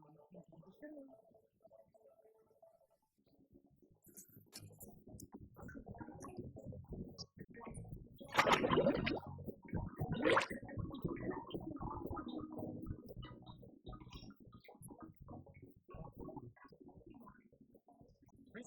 In the afternoon, Viva Battle! September 26th. This is it, baby. We're ready. Sometime next week we're going to be in October. They got to break out the Halloween music, the Thriller. Human Hunter. No. Yes, Pauly, yes. No. K-pop, you bring out purple and green kids everywhere. Yeah. They're going to be like little trolls, man. Look at you little trolls. You know what's crazy is that's going to be the costumes for the kids, and then that's going to be the costumes for the adults at the nightclub. Why are adults wearing K-pop? I swear. They're going to do it. It's for kids. It's for kids, but the adults love it too. Yes. I think Club Zoe is going to be jam-packed with Demon Slayer. No. It's the most trending costume this year. It's for kids. I think adults too. You're going to see, when you go to the Suba night market, you're going to see kids dressed up. And then you're going to see the grown people also. No way. Okay, it's a song.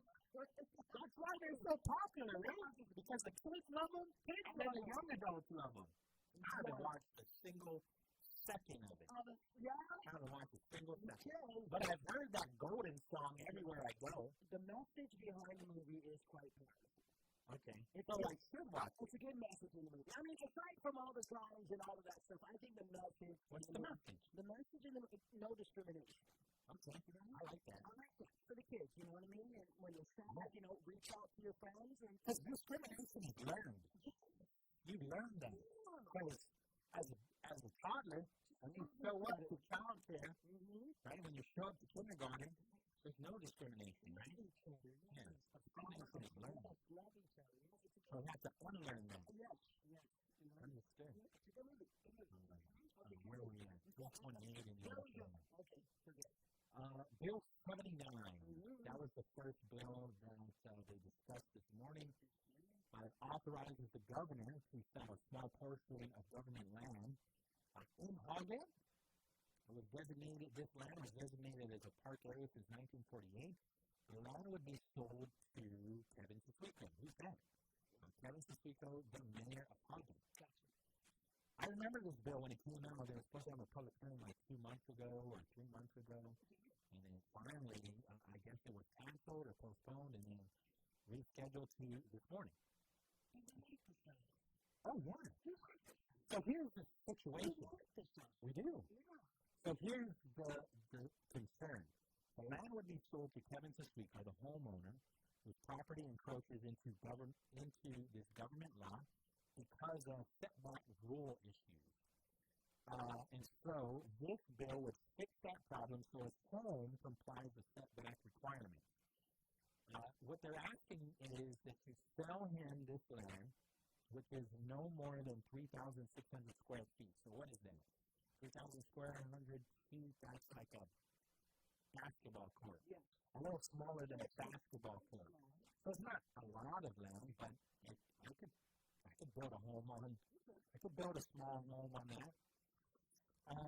It must be sold at fair market value, paid for by the buyer, not the government. The governor must inform the legislature within 30 days after the sale. The money would be deposited into the CLTC Infrastructure and Survey Fund, which we know is lacking. We need some more money. We need some more of that money. So Kevin Siswico, Mayor Kevin, which we love, but he does so much for the village of Harvard. He shares the issue. So he bought his house in 2005 with no problem financing it. He refinanced it in 2008, no issues. Then in 2010, he tried to refinance again. And I know where he's coming from with this. Refinancing is a reality, right? But was denied because the house didn't meet the setback requirements. And so he's surprised because it's the same bank that approved the house earlier. He stresses that he is not asking for free land. He wants to pay for just the part that is needed to fix the problem. And so he said the land is already partly lost anyways because of the erosion from a nearby river. And he wants to fix it now so that his kids don't inherit this financial problem, right? He's not going to be here forever. He wants to hand down this land to his family. So Senator Sabrina Perez says she understands that yes, this is a small piece of land. That's all relative too, because when I think of 3,600 feet of land, I can build on that. You give me 3,600 feet, I'll build on that. Every sale of public land reduces government property little by little, and I understand her concern. And we have to really scrutinize these. And that's why I really appreciate this public hearing, and I appreciate that it was all out in the open. Do this all above table, because when you start to hear the reality that Mayor Siswico is going through, then you understand more so. Because if this was done under the table, it just leaves so much for speculation. And so, where other alternatives considered, like easement instead of just selling. And so, Kevin Siswico responds, Mayor, yes, there were alternatives. They went to the Department of Land Management, sought a variance letter for the bank, but because the rules changed, variance was not granted. So they preferred that the solution is now that they purchase this as an option, purchase the land. He's not asking for free land. He says it again, and I believe him. He just wants to buy this 3,600 square foot piece of land so he can refinance. That's fucking time. And so Vice Speaker Tony Adams points out that the land behind Siswico's property is a waterway, and it could allow Suba to build a retaining wall that would solve the problem, prevent erosion. Because if it continues to erode, eventually it's going to keep coming in and affect his home, the home that's actually there, right? So I get it. Fernando Cervez happened to be there because he is going to testify on a couple other bills, right? So he did give his cautionary advice. He said not all government land can be sold. Some are tied to federal covenants or bond obligations. The public needs to understand that this isn't a blanket permission to sell gov-long land. And so he also suggests other solutions, right? Instead of selling, not necessarily for this, but when these things start to come up, because I can only imagine how many other people are dealing with some similar issues too, especially when it comes to setback requirements.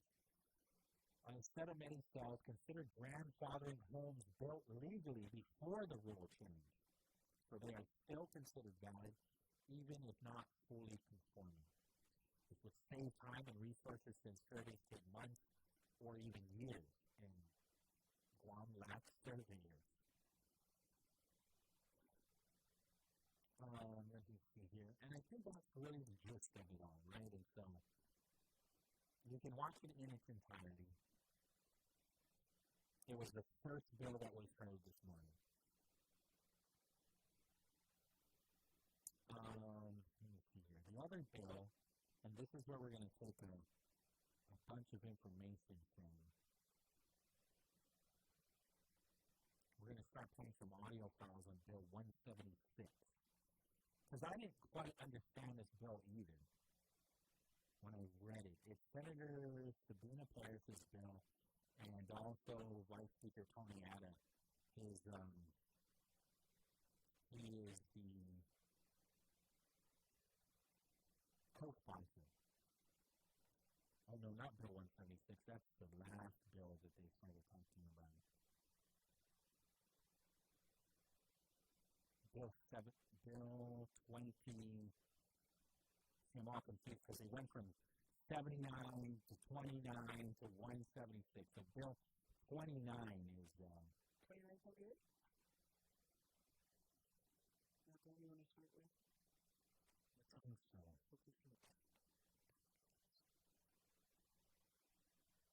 Sorry, dude. Sorry. Are we going all the way to 4 o'clock, or we got to take another break? We can break. Because we do got to take another one, right? Yes, 3:36. Okay, let me just find the bill, because I want to read it from the Guam legislature, and then we'll start playing some audio files, right? So I'll find it on the Guam legislature's website, and we'll break it down, and then we'll start playing some audio files of what was said regarding this bill that talks about speaking of not discriminating, right? Discriminating on where people are getting their finances to either rent an apartment or a home. And so I didn't realize this was happening, but maybe when a landlord finds out or a realtor finds out that you are using Section 8 stipends, or maybe you're using a stipend from West Care Pacific, they choose to not rent to you. And so they discuss this bill. The only concern that I have is, the only question I would ask is your stipend enough? And if your stipend's not enough to pay the rent, then it's not discriminating. You can't afford it. So start breaking down some of that after this. 3:37 in the afternoon, Wave 105.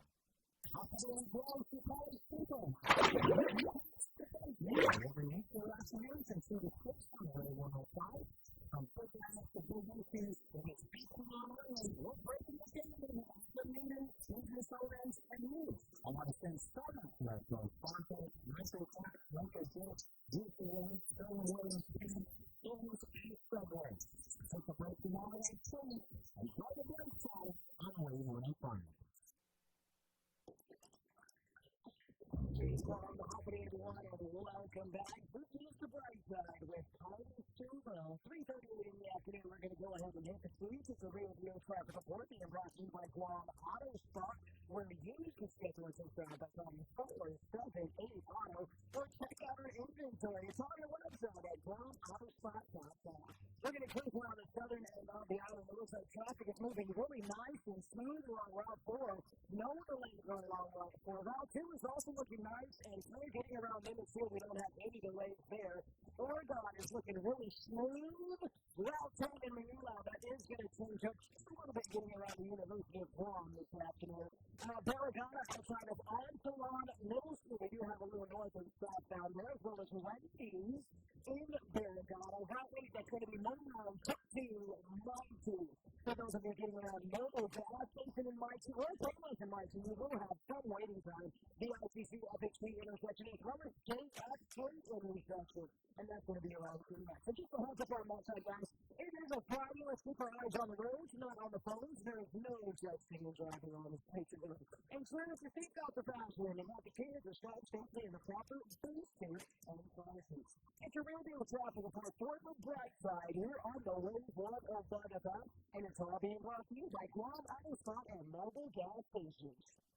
One pill, 10 pills. These pills often contain fentanyl. It only takes 2 grams of fentanyl equivalent to a few grains of salt to bring lethal. Those pills are often sold on social media platforms, making them available to anyone with a smartphone. Talk early and often to this about the dangers of misusing prescription drugs and the lethal dangers of chemical drugs like fentanyl. Stay informed, stay safe, 1 pill, 10 pills.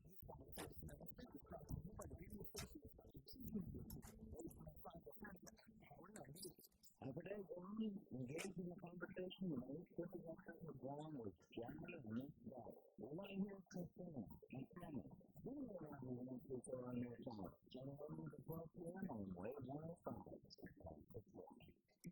We want to find your family more than just a station. We're your platform, your voice, your conversation. And we're talking about what matters most to you today and in our future. We want you to be part of it. Got something to say? We're listening. Give your opinions, bring them on. Let's talk, let's debate, let's connect. Because every voice counts. Call our WhatsApp us at 671-922-1051. And if that line's busy, sub at 922-1052. This is Fox Radio for everyone. This is 305 FM, the Fox of World. The views and opinions expressed in this show are that of the show host, Jeff and Pauly. They do not necessarily reflect the views and opinions of staff and management of Wave 105 FM, Wings Media, or any of our partners. As we strive to provide quality, respectful, and engaging content, we welcome you to participate in the conversation. Thank you for tuning in to Wave 105 FM, for Radio Guam. Enjoy the show.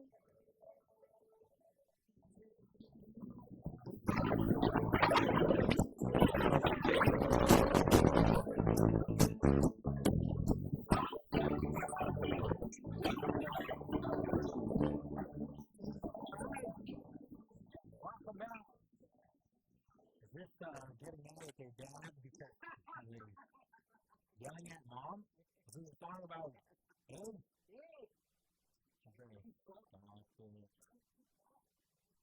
She's going to let mommy buy that post first, right?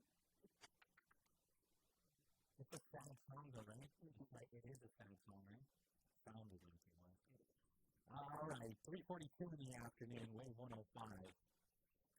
Let's do this. So, it's Senator Sabina Paris's bill, right? And the co-sponsor is Vice Speaker Tony Adams.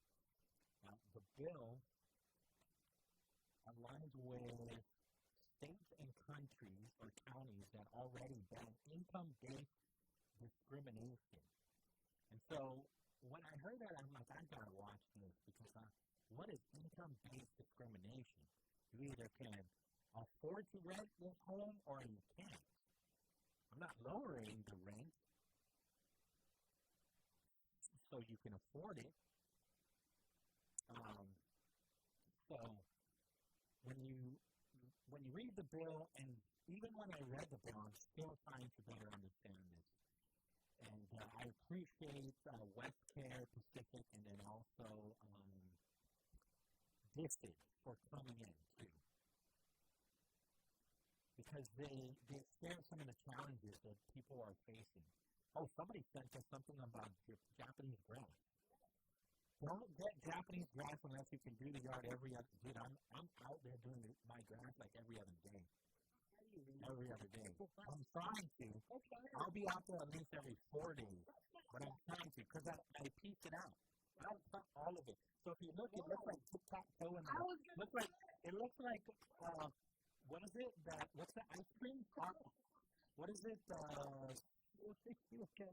Where it's vanilla and chocolate? Neapolitan? No, that's vanilla, chocolate, and strawberry. What is it when it's just vanilla and chocolate? Hopscotch? My yard looks like hopscotch. Because I can't do it all in one day. I wake up early in the morning and I try to cut some grass. Yeah, I get like an hour in every other day. I do it in the morning because it's cooler. From done by like 7:15, 7:30. Yeah, from done by 7:30 and then the only thing that's going to stop me is the rain. Okay. But if it doesn't, then I'm out there, if not every other day, every 2 days, right? Cutting that grass. And so the yard's too big to get it done in an hour. Usually get it done in like 4 if you do the whole thing. So I'm not out there for 4 hours. So yeah, my yard looks like hopscotch. Like the grass is cut all the way down to the ground, and then there's 2 inches right next to it, and then the next side is like 1 inch, and then it's down to there. It's like hopscotch. So that's what I'm saying. I think I will try that Japanese grass because they say don't get Japanese grass unless you can do the yard every other week. Otherwise, it gets really thick and harder to cut. No, I'm out there. I just don't want to pay for grass. I got other things to pay for. Yeah. You know, the Ukuri power plant ain't getting fixed anytime soon. So, they're saying maybe the end of the year. Okay. I won't hold my breath. I heard that maybe public studies. I mean, that's the new goal. The goal line is now end of the year. Again, I'm not holding my breath. Okay, so Senator Sabina Paris said in some U.S. cities, 80% of voucher applicants were denied. In Guam, housing needs are urgent. Absolutely. 74.7% of needed housing units are for low-income households. 2,718 vouchers are authorized with a 97% lease-up rate. And so she questions how discrimination leads to housing instability and links to mental illness, domestic violence, poor child outcomes, homelessness. This bill would protect families, veterans, women, and people with disabilities. And so I better understand what they're talking about. But sometimes you need a subsidy, and maybe even a subsidy after even listening to Fernando Esteves, the deputy director. So the subsidy or the voucher doesn't necessarily meet the price of the rent. And so there are other incomes, right? They still have a job maybe. They have 2 forms of income coming in from 2 people, sharing their income, their pay to meet that. But Fernando Esteves says there's other things that are happening. He said the current bill doesn't fully stop something called bait and switch tactics. Landlords asking income source and then raising the price. And we'll play an audio file of that. He's basically saying, are you military? Are you military? Okay, the price is this. And that's also discrimination. Okay, so let's play Sonia Tyler. She's representing Westcare Pacific Islands.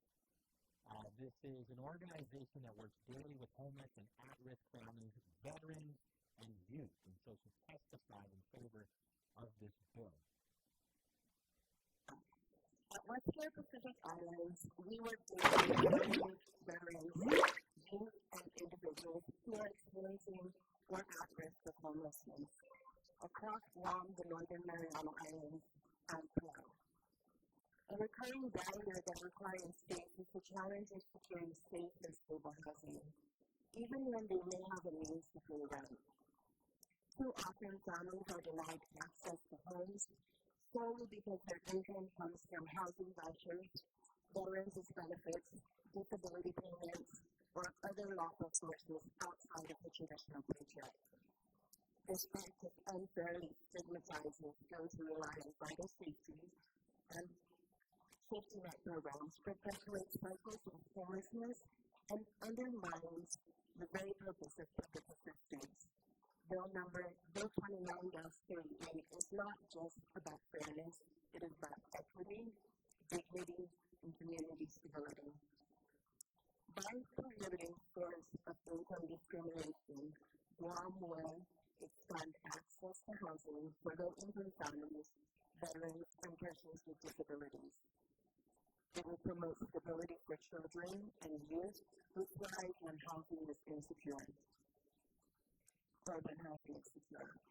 Support landlords by ensuring that rent is paid reliably through government programs, and it will overall reduce long-term public costs by preventing homelessness and housing insecurity. At Western Pacific Islands, we know firsthand that when our clients are given a fair and equal access to housing, they are able to build healthier, safer, and more resilient lives. Housing is the foundation upon which recovery, employment, and community engagement are possible. For these reasons, we respectfully urge this committee and the full legislature to pass Bill number 29-38 into law. All right, and so the next one you're going to hear is Attorney Lee Miller representing the AG's office. And so there are some concerns that the AG's office has, and he also says that there are other things that the AG's office is even doing. And I think I have to agree with the AG's office when they say the transaction costs are a larger barrier to housing for low-income individuals than the source of income discrimination. And so he's going to share a little bit of that. So we're going to Attorney Lee Miller. We are reluctant to support Bill number 2938, an act that states while housing laws prohibit discrimination based on restricted income, although we do absolutely support the general intent to support our lower-income tenants to find housing. We believe the problems the bill seeks to address are already addressed by fair housing laws in the United States, which are applicable here on Guam. Fair housing laws already prohibit discrimination in rental dwellings based on race, color, religion, sex, ethnic origin, disability, and familial status. Familial status means the presence of children under 18 years of age, pregnancy, or somebody who is in the process of securing legal custody of somebody under 18. The Fair Housing Act prohibits a broad range of discriminatory activities and statements. For example, housing providers may not, because of race, color, religion, sex, national origin, disability, or familial status, refuse to rent a dwelling, impose different terms, conditions, or privileges related to that rental, restrict, discourage, or obstruct the rental choices, communicate to prospective tenants if they would not be comfortable or compatible with existing residents, provide inaccurate or untrue information about the availability of dwellings for rent, or create a hostile environment or harass people in housing or housing-related transactions. Separate from the Fair Housing laws, pursuant to the Americans with Disabilities Act, landlords are also prohibited from discriminating against persons, including applicants or participants, because of their disability or the disability of a person residing in or intending to reside in the dwelling or any person associated with that applicant. Separate from those two laws, we have the Violence Against Women Act. And under the Violence Against Women Act, a landlord cannot deny, rent, or terminate or evict from housing an applicant or tenant on the basis or as a result of the fact that the applicant or tenant is or has been a survivor of violence or abuse, if the applicant or tenant otherwise qualifies for admission or occupancy. Landlords must comply with fair housing laws and civil rights laws when screening tenants for admission or continued occupancy. Screening policies and criteria, including those related to criminal, credit, and eviction history, must be non-discriminatory on their face and must be applied in a non-discriminatory manner. Landlords must ensure that none of their screening criteria result or predictably will result in an unjustified discriminatory effect. For example, an overbroad criminal records policy that screens out, evicts, or terminates assistance to individuals who pose no actual threat to the health, safety, or peaceful enjoyment of the premises may have an unjustified discriminatory effect and be a violation of the Fair Housing Act and other civil rights. Our point here is that we already have a great many laws that regulate how landlords and tenants interact. All of these laws are designed to ensure that no one suffers from discrimination in trying to obtain housing for themselves and their families. In keeping with the constructive intent of this legislation, we strongly recommend that the bill be amended to remove things such as transfer fees that tenants are required to pay in transferring utilities. This would include the transfer fees assessed by utilities, application fees, criminal background check fees. These types of fees which have substantial expense and create greater financial impact upon our lower-income residents and their families, but at the same time have little actual cost to those who are collecting the fees. I agree with that. And so the AG's office is actually amend the law to remove the current fees that include utility transfer, application background checks, and so, and then he had just said that those fees don't really put a dent into these agencies' resources anyways. And so if you remove them, that can help low-income individuals even more so than what you're asking, what you're saying is happening. So is what they're saying is happening on the island. According to Sonia of Western Pacific, it is happening. However, they haven't documented it or they haven't reported it. And so Senator found in the Tax House asking, if this is happening, do you believe people are being discriminated against, right? And please report it. And so Sonia says, we're going to do that moving forward. But Senator Sabina Perez asks Fernando Esteves, well, what are you seeing out there? What is the reality of growth? And I'll play that one. It's Sabina to Esteves, 4515. In regards to also your other testimony about baby switching, we hear what is it called? So there's a practice amongst, I'm not going to say all landlords, let me be clear. Most of the landlords and real estate folks, they're above board.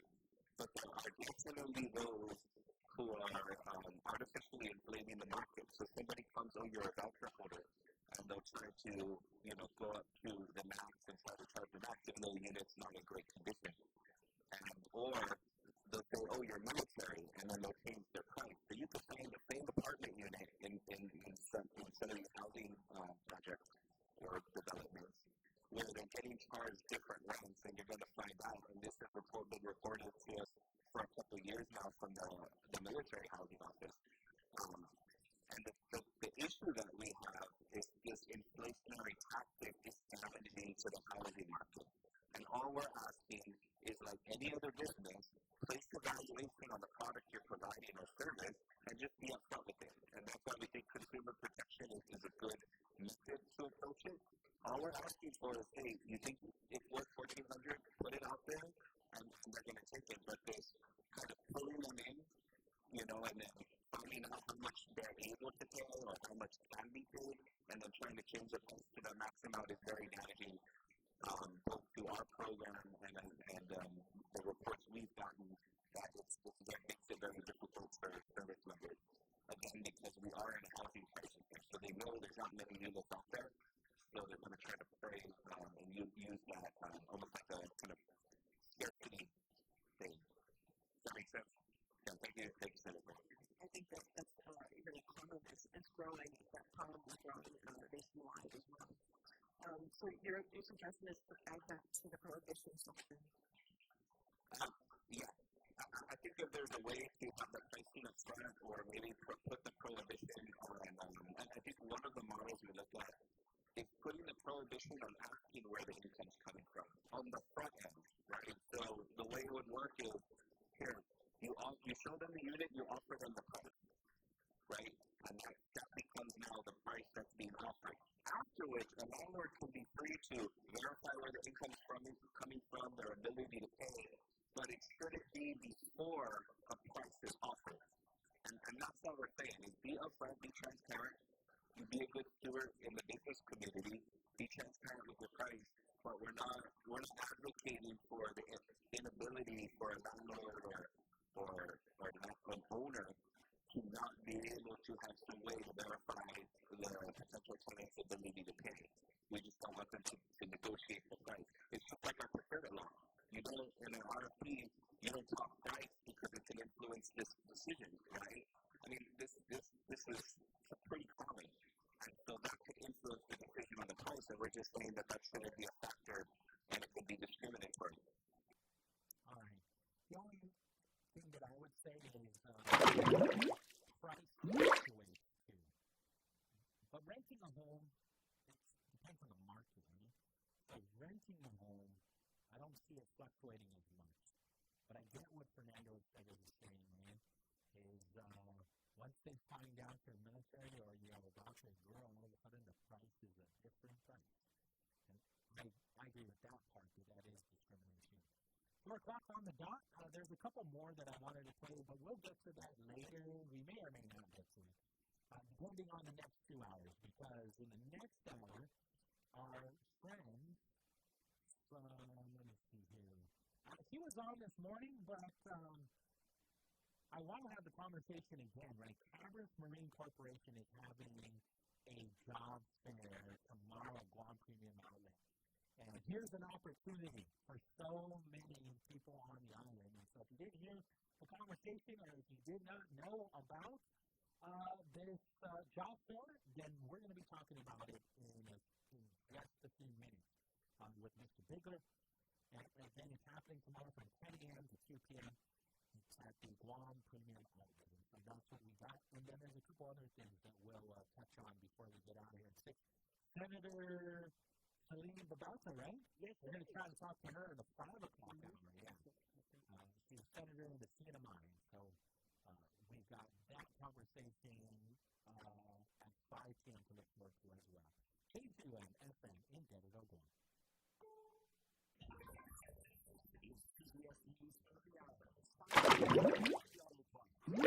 I'm Jennifer Kuiper. In a major escalation in President Trump's efforts to target his political opponents, the Justice Department announces the indictment of former FBI Director James Pauly.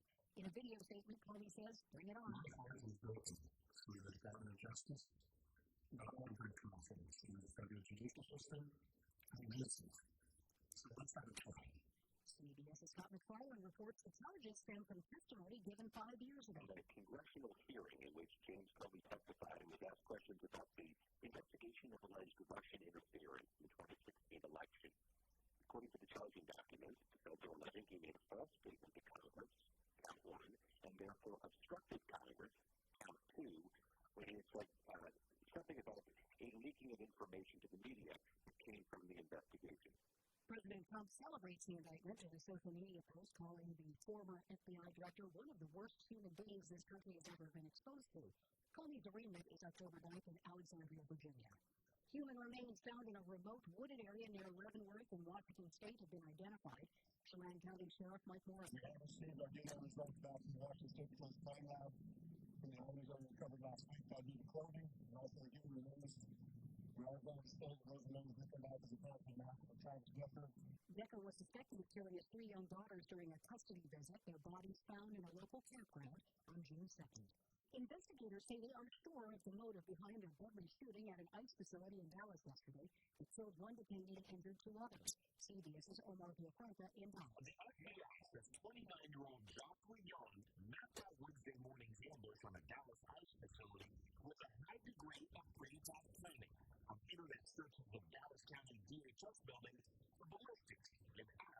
stop the presence of ice agents. No ice agents injured. President Trump signed an executive order approving a framework to keep TikTok operating in the U.S.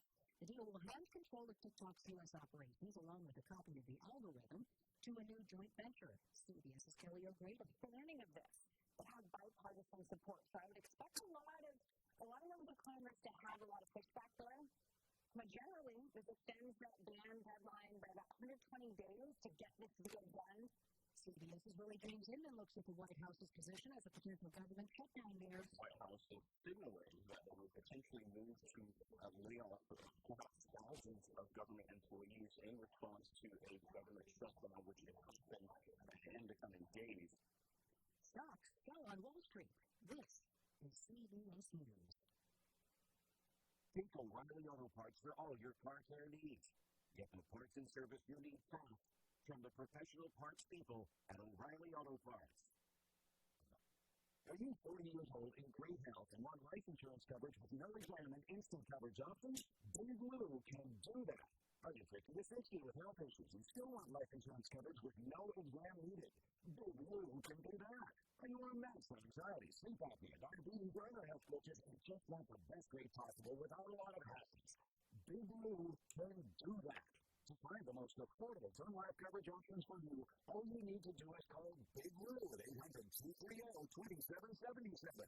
Big Blue does term life insurance better than anyone else on the radio, and may be able to get you $1 million to $4 million of term life coverage with no exam. For the best term life insurance deals in America, call Big Blue at 800-230-2777. 800-230-2777. Remember, Big Blue is like you. Once a week, you can do that too. Call 800-230-2777 or visit BigBlue.com. Eagles case numbers are still rising in the Southwest. CBS's Steve Cooper. A month after health officials declared a major measles outbreak in West Texas over, infections continue to rise in parts of Arizona and Utah. As of this week, 52 cases have been reported in Arizona, mostly in the northern part of the state, and 42 have been confirmed in Utah, mostly in the southwestern portion near the Arizona line. The CDC says the number of known measles cases in the U.S. this year now tops 1,500, the most since 1992, with 3 deaths reported. CBS News. U.S. jobless claim applications fell to their lowest level in 2 months last week as layoffs remain low despite mounting evidence of a softening labor market. The Labor Department says the number of Americans filing for unemployment benefits for the week ending September 20th fell by 14,000 to 218,000. Jennifer Kuiper, CBS News.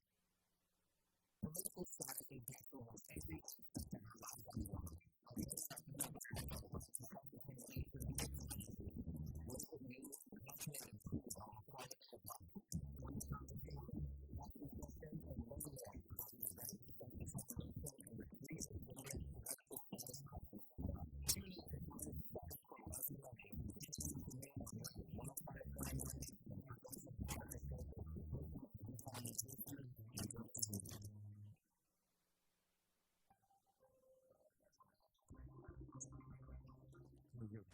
That's true. This is true. Mine and Davidson. The church and gravy industry find healthy meals for yourself, and there are any results to help you eat better. What about your pets? After all, they're learning you. That's where Safe Pet Treats comes in, for iPhone and Android. Just scan any pet food barcode and the app breaks out the ingredients. It shows you what's good, what's not so good, and why. First two items get flagged, along with clear explanations. If the product's under recall, don't worry right away. Your pet counts on you for safe, healthy food every single day. And you can count on Safe Pet Treats to help keep them healthy. Find Safe Pet Treats now at safepetTreats.com. What's up?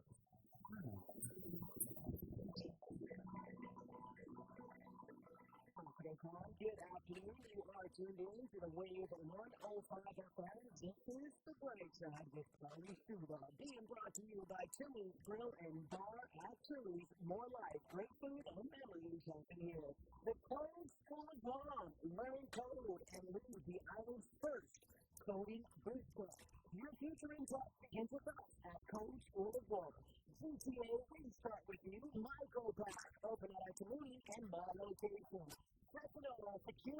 Solutions, your premier provider of professional security services. Sherwin-Williams-Pace and Subway Keep Up. We have your local headlines for you right now with Pauly from the Mariana's Business Journal and the Global Business Magazine. It's all brought to you by McDonald's. Here's the latest in McDonald's Business Journal. According to the global CPS as a defense community infrastructure program grant awarded by the Office of the Defense Community Cooperation granted September 25th release.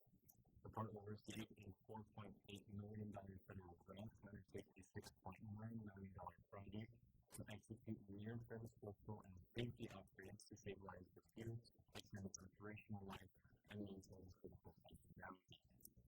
The project supports the readiness and lethality of Brightside Marianas, according to the release.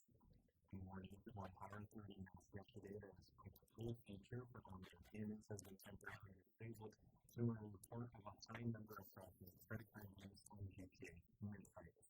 The utility said it disabled the feature to safeguard customer information. The feature only needed the customer's account number and the zip code and is initially designed as a convenience feature. GTA's General Manager John Benavente said that GTA is working closely with the feature's developer to add more security mode before bringing it from online. Customers can still pay for this private bill online, however, through the GTA.com website or the Facebook PWA mobile app. According to the Mariana's Business Journal, we are now 5 and 8 times for this month. And we want to find that formula more than just station. We're platform, your voice, your conversation. We're talking about what matters most to you today and in our future. We want you to be part of it. Want something to say? We're listening. Different opinions, bring them on. Let's talk, let's debate, let's connect. Everybody's counts. Our WhatsApp is at 671-922-1051. And if that line's busy, that's at 922-1052. This is Talk Radio for everyone. This is 105%. The Talk Radio.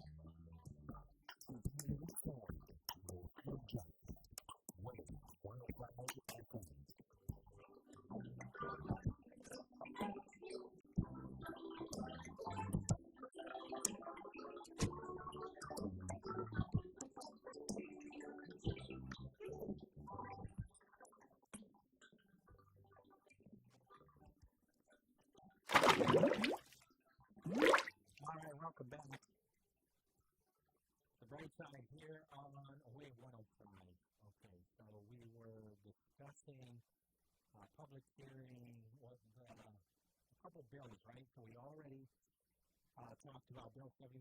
We're on Bill 29, and Westcare Pacific was there advocating for this bill that talks about, again, prohibitions on discrimination in housing based on source of income to promote equitable access to housing. And so the sponsor of the bill, Senator Sabina Pérez, he asked Westcare, so what are you seeing? What are some of the lived experiences that your clients are facing? And so we'll play that one next. It's at 4852, yeah? There you go. We currently, so Westcare Pacific Islands now has 3 programs that work with the home administration. We have one with our supportive services for veteran families to provide support for veterans. We have a subrecipient agreement with Flora for our Manhattan program, which is the continuum care nurse. We also have a HELSA program, which provides housing services and counseling to those who are experiencing substance abuse or mental health issues. And so in our experience, I can agree with Director Kevin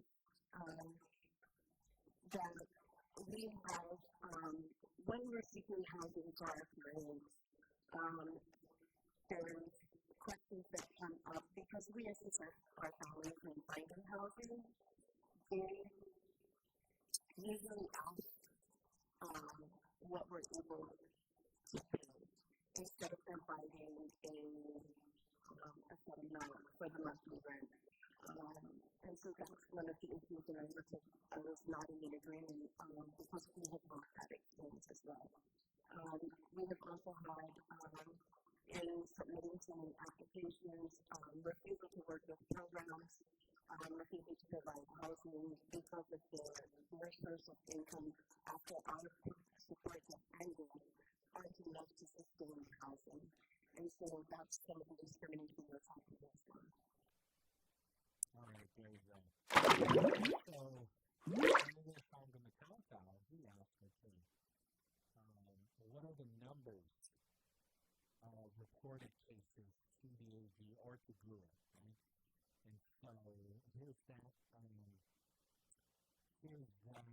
discussion between Senator Sandra McAlpine and Sonia of Westfield, Pacific Islands. Specify that you sort of report that there has been some discrimination. You reported it to either the Attorney General or the GUA, who is the Fair Housing Post? No, I haven't. Why not? No, why not? I'm not going to be difficult. Why haven't your organization reported it? I think when we're dealing with working with families to have them placed into housing immediately with the rapid rehousing, we don't have the time to seek out that type of I guess we wouldn't. We could, but we don't have the energy to go ahead and continue with submitting that complaint when our major goal is to make sure that these families are housed. That's a good part. But I think that many times in programs that we are coming to the branch, we'll say, okay, we have these issues. Then we ask, what is the number? So we get a number which is good for us. This makes it a very difficult thing for us to pass. If it's a problem widespread, is it isolated? Is it 100? Is it 20? And I think it does everyone a big service when you're going to testify that it is happening. I'm just trying to understand so that I can convince my colleagues we only need 8 possibilities, but we want to make sure that if it's widespread, that there are other entities that are disruptive. So if you say there's 20 and it's reported, I know you're busy trying to get people in housing. I'm not trying to beat your time. I think the biggest thing for us moving forward, if it is, I'm encouraging you in this public hearing to report it. I think that moving forward, I think that's a great idea. And I think now that we're here on how this process will work, we will be submitting this information. I think what we've done so far is that as a group, as partners, we discuss it amongst each other, and we talk about which ones but remember, it's our question to really the toughest part. We need to do that. If you say 5, then at some point, you've got to report it. I think that we've come to 2025. Those in the past that I'm sitting like, other things in government, it is so hard to report. But I think today, it just makes so much sense that we might want. It's a hard thing to do, but I'm hoping that you can convince your group to report. I think so, and we all know that the data is always important in order to ensure that things are being addressed. Yeah, there you go. And so as they move on to Deputy Director mentions that rent continues to increase, and it's going to. And so even the subsidies that GUA provides for Section 8, they're going to need to use that and then some for rent, which is so concerning, extremely concerning. I mean, I don't have to look far because just in my own home, we're a multi-generational family, and I'm in household. I'm in no rush to say goodbye to my children. They can stay as long as they want. However, they're not getting any younger. They're getting stinkier every day. And they have have their own aspirations, they have their own goals, and their bedrooms they're outgrowing their bedrooms. And so, with that said, I'm no rush to have them go anywhere, because where are they going to go? It's completely overwhelming. Because I would prefer to just stay. Because the other alternative is I'm going, but I also need to be subsidized by you, Daddy. And I don't have that. I don't have that extra cash. So, I'll continue. I'm more than happy to continue to provide them power and water and shelter and food and gas. But I also recognize that, they are outgrowing, they have their own aspirations. And what I don't want to happen, which could eventually happen, is they say the opportunity is not here. And it relates to housing. They have the opportunity to have their own place, but it's not here. Okay, so Senator Trisolari has some questions too. Again, what are you seeing? And so she asked to have Fernando Esteves, I believe it's Esteves, that clarify some things for us, and I appreciated that she said that she needed more clarification. She has more questions. And so Fernando Esteves, well, not yet, but we're going to get there. But Magodai's on first, Fernando Magodai? Okay. Hafa Adai, Magodai? Hafa Adai, Pauly. Hey, how's everything exciting, huh? It is. Viva Darkness! Viva Darkness!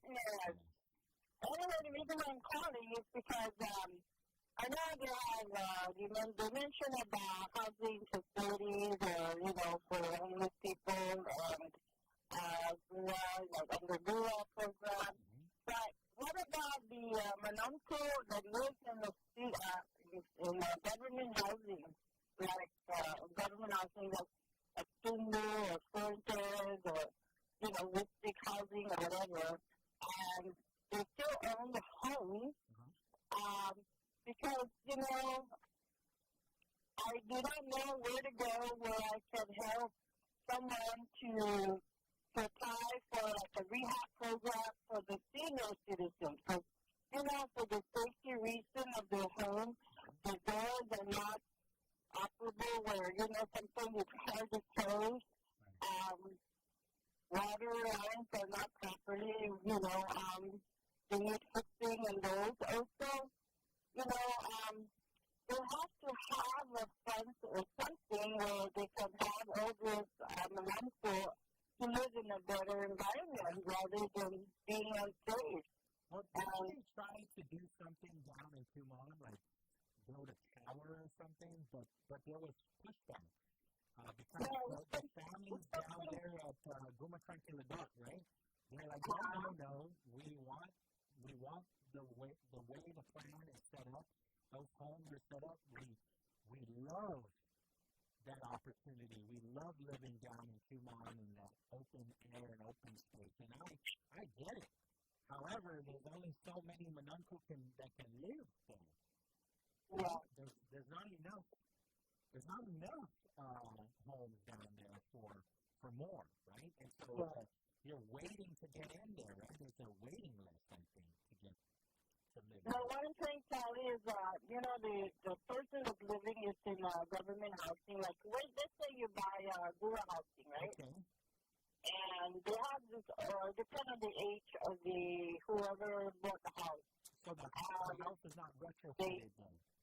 Yeah, I'm just trying to help because, looking for their safety, Like one time, I was passing through and I was checking this old lady and they put graffiti on the front porch, and we called the cops and then, finding out what does that mean by their, logo language or whatever they call it. Okay. But, you know, it's really not safe. But to have everything change in the program. I know there's a program where for the Malamco and Gura, where they have services for them. So the contract can come in and check, like, how much estimation is going to cost them to have the snakes, the doors, you know. Where can I get this program for them so they can get help? I'll look into it. I'll reach out to the PIO of Gura. And then also maybe public health, because I know they have a senior citizens division too. We'll see where we can get some resources, and we'll share it with you. Yeah. Okay. Okay, Pauly, that's all I need to know, and I'm hoping the best for it because, you know, these old people there that live there is really not safe. Children, they're staying in the area and rural housing, and they need, and I even asked the cops, you know, the security, they can be passing through, like, nighttime, just for their safety, you know? I understand. I know. It's so hard for them that, you know, they don't drive. Right. You know, they don't drive. They're just thinking about their safety. That's all. No, I understand. I'll reach out to some people and see what we get. Okay, Pauly. Thank you so much. Take care. All right. Adios. 4:24 in the afternoon. We are also waiting. We'll have a conversation with Mr. Bigler around 4:30. We'll call him up. He represents Cannabis Marine Corporation. They are putting together a job fair tomorrow afternoon, 10 a.m. to 2 p.m. At Guampi near Malibu. But okay, so we still have some time. I just lost where we're at now. Oh, Esteva is responding to some questions, giving more clarity to Senator Truth-Ryan at 1:10. Senator, let me find this is how it works. Let's see for a unit. First question you're going to ask, are you Section 8, right? The 3-bedroom unit. They know how much they could potentially get from the government. And that's what your rent is going to be offered at. They don't ask they don't say up front what your income needs to be. They find out what your source of income is, and that's what they set the price to. And that's I think, the core issue, one of the core issues that we're facing. The other one is you're getting either are you girl or are you military? And that's the price that you're going to get. No other industry we can think of is that a practice. And that's really damaging to everybody because if you're not a girl, if you're not on Section 8, if you don't have, or if you're not military, you're basically completely pushed out of the market, right? And so one of the things we're proposing, and there's been a written testimony, is that at a minimum, we should put an upfront transparency provision, right? And you can ask them their source of income, that's fine. But do it after you presented a price, right? And I think that's key. Without anything else, and I think it's important. I apologize. I think this is important. Yes, there are fair housing laws, and this is what we do. We stay up to date with this. But there's a reason why 26 other states have put this law into their books. Because source of income discrimination is the loophole they use to violate fair housing provisions based on race, based on religion, based on every other protected class. They use source of income as a way to loophole that, and that's been realized in 26 states, and we're saying it's definitely happening here. All right, and so Attorney Millie Miller also has some concerns as well to just make sure that you consider too as you discuss and debate this budget further. Let me just go further. Another way to restate the observation here about how landlords are pricing their units is they come to decide that we should price apartments the same way we price airplane seats. Tell me the day, a week, and the time you can go to look for the price of an airplane seat, or in this instance, go to look for the price of an apartment, and the price will go up, the price will go down. Thursdays will be cheaper than Tuesdays, Saturdays the most expensive day, and landlords have chosen to try and take that approach. they are being sued for utilizing that approach. And those matters are in litigation right now, and we await resolution of those matters to see exactly how much pricing flexibility landlords are entitled to have before flexibility becomes discrimination. All right, and then just one more from Fernando Esteves to kind of just clarify completely, and it's towards the tail end of that entire public hearing on Bill 29. And so it's one. I think it's yeah.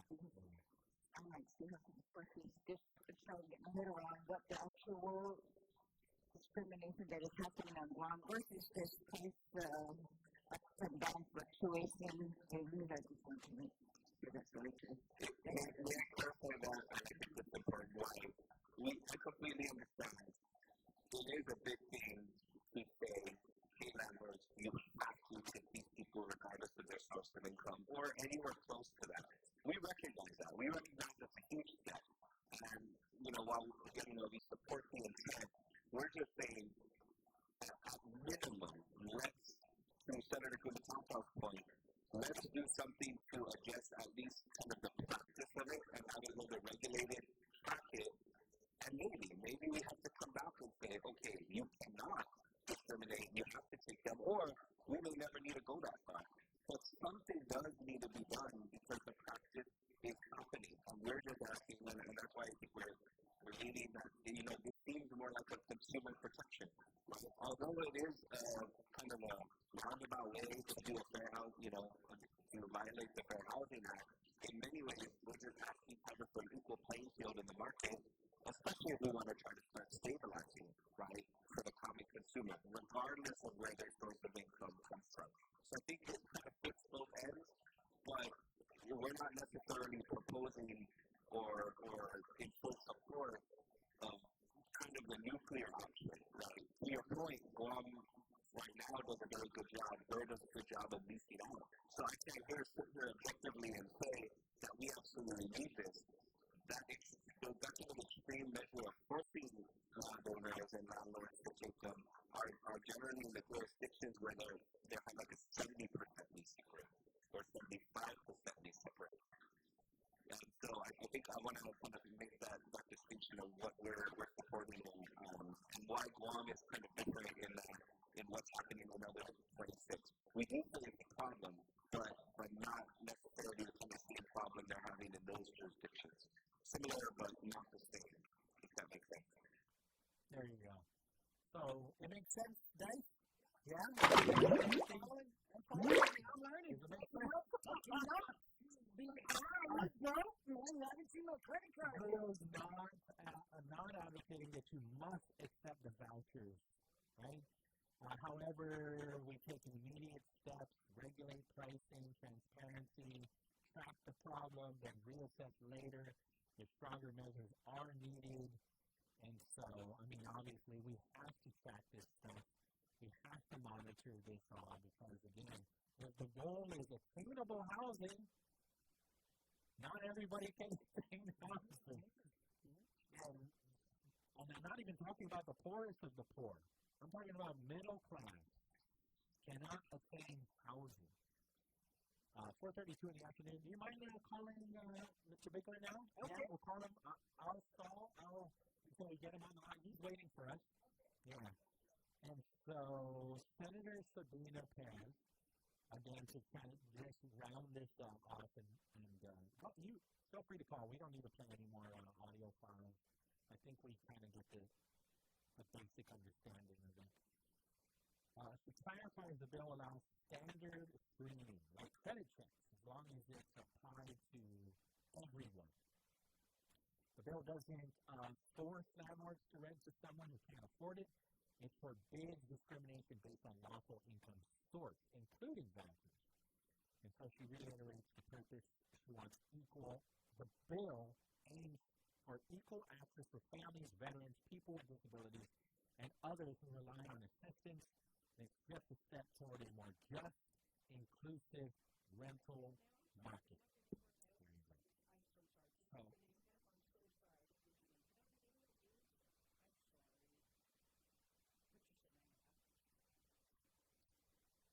Who do we got? Sorry, I got interrupted. I'm going to give you Patricia when I get back to Mr. Jason. Okay. Here we go. Hafa Adai, Patricia. Hello there. So I was listening to your talk show just a few minutes ago, and you're talking about fair housing and how landlords cannot discriminate. And here's the thing. There's always going to be that discrimination because if I were a landlord, which I am not, I rent, but if I was a landlord and I knew Google was dishing out $1,800 for a 3-bedroom, so I'm going to automatically just advertise that my house is for rent for $1,800, which will automatically cut out the middle guy. All the middle income owners, they are the ones that get messed up in this whole process. You're either going to charge floor price or you're going to charge military price. You're never going to go down to the regular average income person. So we're always going to be discriminated against no matter what. That's not what they're saying. What they're saying is be more transparent. And so we're not going to call somebody out and say, you're discriminating, but if you are renting a house, then you would say already how much it is, not say later how much it is. And so if you put it at $1,800, then you're allowed to. This is capitalism. You're allowed to charge whatever you charge. But what he's saying is a bait and switch.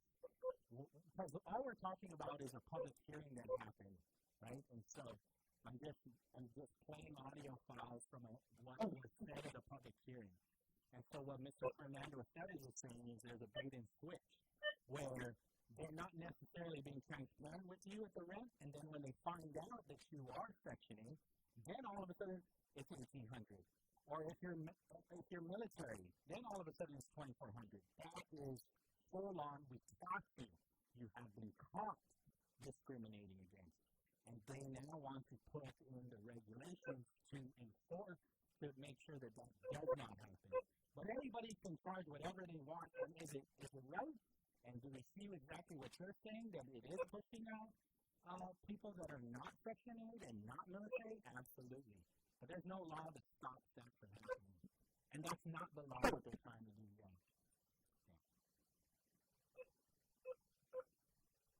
Yeah, Patricia, we're good? Okay. Yeah, we're good. This is just outrageous. Absolutely. I'll agree with you 1,000% on that.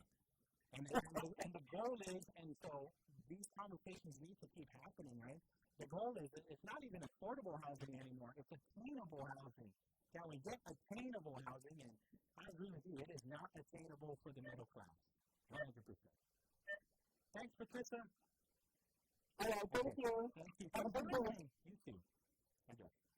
4:36 in the afternoon. We've got Mr. Bugler, Hafa Adai. How are you doing? I'm doing well, Wayne. Thank you so much for the opportunity to learn more about this job fair that's happening tomorrow. And so here's an opportunity for some of our skilled workforce or maybe entrance level workforce. Yeah, Robert, thank you for allowing us to just kind of present. But just to kind of touch on that, tomorrow morning, campus morning, we're having our job for GPO from 10 a.m. to 2 p.m. Yeah. So this is on the closest to the front entrance side of Ruby Tuesday, but it's the side entrance right there, and the location is right across Downtown in New York Dallas. But to answer your question, it's essentially we're looking for skilled guys. Electricians, welders, mechanics, painters, crane operators, riggers, carpentry guys. Yeah. But in addition to that, we're looking to also incentivize folks that actually want to work in the maritime and ship repair industry. With limited to zero knowledge, Cabras Marine has been a forefront as far as legal workforce development. So with this general classroom program, the team actually goes out and they work with the respective trades. We have an aggressive internal training program to upskill the folks, to make them more marketable and actually just help our company and the island as a whole. I appreciate this 100%, right? And so there's even a management training position available? Correct. So the beauty about what we do, we just really want to touch on workforce development. So the general craftsman program, that's the limited skills and semi skills, and that actually segues into our apprenticeship program, which is a partnership with the Guam Community College or the Guam Trades Academy. And then with this management training program, we were actually at the University of Guam's career fair a couple weeks ago. So we actually have internships with those pursuing professional degrees. So what the management training program is the folks that have degrees, mind you, I said not recent graduates, although that's encouraged, that want to take a crack as far as learning the maritime and the shipbuilding industry. We put them in junior management training programs, so like a junior project manager, a junior project planner, junior accountant, safety inspectors and officers. And then to add on to that, just folks in the industry in general that have some kind of experience that want to transition into the maritime and ship repair, which is it's a unique industry in itself, but the beauty of it's kind of a hybrid between construction, automotive, and industrial. So when we work on the ships on the ship repair side, it's just basically moving building with motors. So that's your kind of your automotive and your construction industry there. Oh no, I get it. I have some basic understanding of what kind of work goes on these boats and whatnot, and so the kind of the clients are usually what military, right? Coast Guard, Navy, maybe some fishing vessels that you work on. Yeah, we've actually worked on Coast Guard cutters. We work primarily on Navy ships and military sailor command ships, which we have a contract. So our guys will actually mobilize Naval Base Guam, and that's on our ship repair side. And then we're also recruiting on the maritime side. So any vessel that enters or exits the harbor that's non-recreational, whether it's the Nelsons, the ATLs, or submarines and Navy ships, require our services. So the folks that are listening out there, if you want to be in the water, that's what we do. We provide for them. What does that look like? They show up at what time, and what does their day look like all the way until they clock out? Yeah, so, typically, regular working hours, Monday through Friday, normally. A lot of it is project driven, depending on how the contract is drawn out. But essentially, we have our guys come in to work Monday through Friday, go 7 to 1600. They go about their days, we work at different levels of the shift, just depending on the trades. And so, the guys work closely together, working on base, and then, clock out at the end of the day. We do give if the project calls for like a 7-day work week, we still give our guys that time to rest and recover as far as adjusting schedules. And of course, who doesn't want to make overtime? So we do have guys volunteering to make some OT. Yeah, so it's pretty consistent work then. It's not one of those where you're waiting for a phone call to come back on. Yeah, definitely. So, just like with any industry, sometimes there are slow days, but that's where our guys ship repair because we're ambidextrous. We've actually had an industrial division established where we've actually performed work for the airport, GPA, and even the system contractors at the labs. So, our motto is, we hire the trade, train the skill. We're always looking for work to keep our guys gainfully employed. Absolutely, I get it. If you're a carpenter, you don't need to, only if they're working for you, like you said, they're floating buildings. So you can be a carpenter in one of those floating buildings or in a building. Definitely. Yeah, I get it. And so, okay. So, competitive pay and benefits, opportunities for travel and adventure. And so, is it travel and adventure just to the CMI, or how far are we looking? How long are those? So that's primarily on our marine operations. If you want a career in the maritime industry, we've actually done charters and businesses for customers up to the Philippines, Japan, Palau, Wake Island, as far west as the Garcia, which is island east of Africa. And essentially on our ship repair side, we have what is called flyway teams, where companies, whether it's in Hawaii or actually on board ships prior to their arrival to Guam, we would mobilize flyway teams to actually, at least on the ship, for example, they're right back with the ship. They'll continue work on the ship, and then we'll do the work here, and then like how companies bring in additional manpower from the mainland, considering the unique industry of ship repair, we will actually fly some of our guys to Hawaii to help with the shipyard practices. So that's where a lot of travel can occur.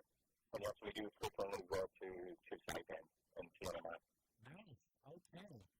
So tomorrow you're asking, because you want to throw out a pretty wide net, right? And so obviously, though, what you are looking for are welders, carpenter, marine, mechanics, painters, machinists, pipe fitters. What is a ship fitter? I don't know what a ship fitter is. I always like to give simple analogies where people will understand. So imagine you take your car to the shop and body work needs to be done on it. That's basically what a ship fitter does on board ships. So they look at the angle of the steel, they do measurements, they cut out, they do some tack welding, and then our welders will actually do the full production welding. Right. So your ship fitters are the body man of the ship repair industry. Got it. The diesel mechanic and then crane mechanic. And so bring your resume, on-site interviews, and you're hiring on the spot. That's exactly right. Very cool. All right. And so if you're hiring on the spot, then they could actually be looking forward to show up on Monday then. Correct. Yeah? Nice. And that applies to for a general craftsman as far as the requirements, actually the equivalent or somebody's in the process of getting their GED, like they're not qualified. Okay. Just come to us. What we look at really is just, good work ethics, the soft skills, reliable transportation, ability to get on base. And really, we already have established an internal training because we do have a project coming up in November. So when we start hiring tomorrow, when we onboard the folks on Monday, for those that have limited skills, we already have an internal training plan as far as getting them up to speed for the entire month of October, in addition to getting their base access, as far as getting them up to speed as far as the respective departments that they're going to be assisting with. And base access, they're going to do like a background check, right? That's just general part of it, the base access, yeah? Okay, understood. And then you also have some on-call positions available, 10 a.m. to 2 p.m. Is there anything else that you want to share? I know there was another question that I was going to ask. Oh, yeah. So, being a carpenter, there are different safety protocols, though, right? So, being a carpenter in a building has its own safety protocols. Being a carpenter on a ship or a welder has its own safety protocols as well. You have a lot of what you're doing can't just fall into the water, and so it's constant training, right? Yeah, constant training, and that's we have a robust safety training program. Our safety team is great. We're actually looking for additional safety inspectors as a result of this upcoming project. But essentially, part of the onboarding process is we go through job hazard analysis, and every morning prior to any type of operations, we do what is called a morning toolbox meeting, just in both production, but we start off with safety, just discussing the elements. The guys are going to be up in the stop modes, the stopping. They have to be trained and certified prior to getting up. So we're pretty strict as far as when it comes to safety. Our company model safety is paramount. We always want to make sure our guys are come to work safe and leave work safe. Oh, nice. Are you familiar with Farron? Farron? He's an American College of Surgeons Stop the Bleed instructor. Right now? I'm not familiar. Okay. Maybe I'll get more information. I'll pass it on to you. Yeah, definitely. Yeah. And so, what about those that are doing like small contract work already and don't really want to stop that work? Can they also be employed with you too? Yeah, definitely, because that's where on-call comes in. Yeah. We're pretty flexible. Okay. We have to be able to adapt in order to, stay competitive and make sure that we're providing the government, a photo ship workforce to sustain and ship the capabilities there on the island. Yeah. I appreciate it. I did listen to the conversation that you had with Pauly and just what is your capacity and also the vision for this maritime industry for the years to come, and it looks very optimistic, right? Realistically, there's so much potential for this industry here on the island, right? Especially with the military build-up and whatnot, right? Exactly. And that's why, I mentioned, workforce development is really key. And we've been aggressive with our workforce development. So I mentioned, the apprenticeship and the partnership we have with GCC as well as UOG, but Congress Marine has invested over $1 million just getting an approved maritime training facility here where we're partnered with the Maritime Academy stateside. So when we were sending our guys to the mainland, we actually fly on the instructor here. So it's one of those key investments in Guam where we want to get more mariners as well. Yeah. So the underlying message is we have two core businesses. One is ship repair and one is maritime. And so there's a national shortage of mariners, throughout the world. So how we're helping is, training our local workforce. These guys don't have to go off islands. We can coordinate all the training here, and then you're just looking to employ local. Understood. Okay, so the Guam guy says, I'll connect you. If you ever need him to help train your people on applying tourniquets, direct pressure, and wound packing, life-saving techniques for deadly bleeds, he can provide that training. He's certified.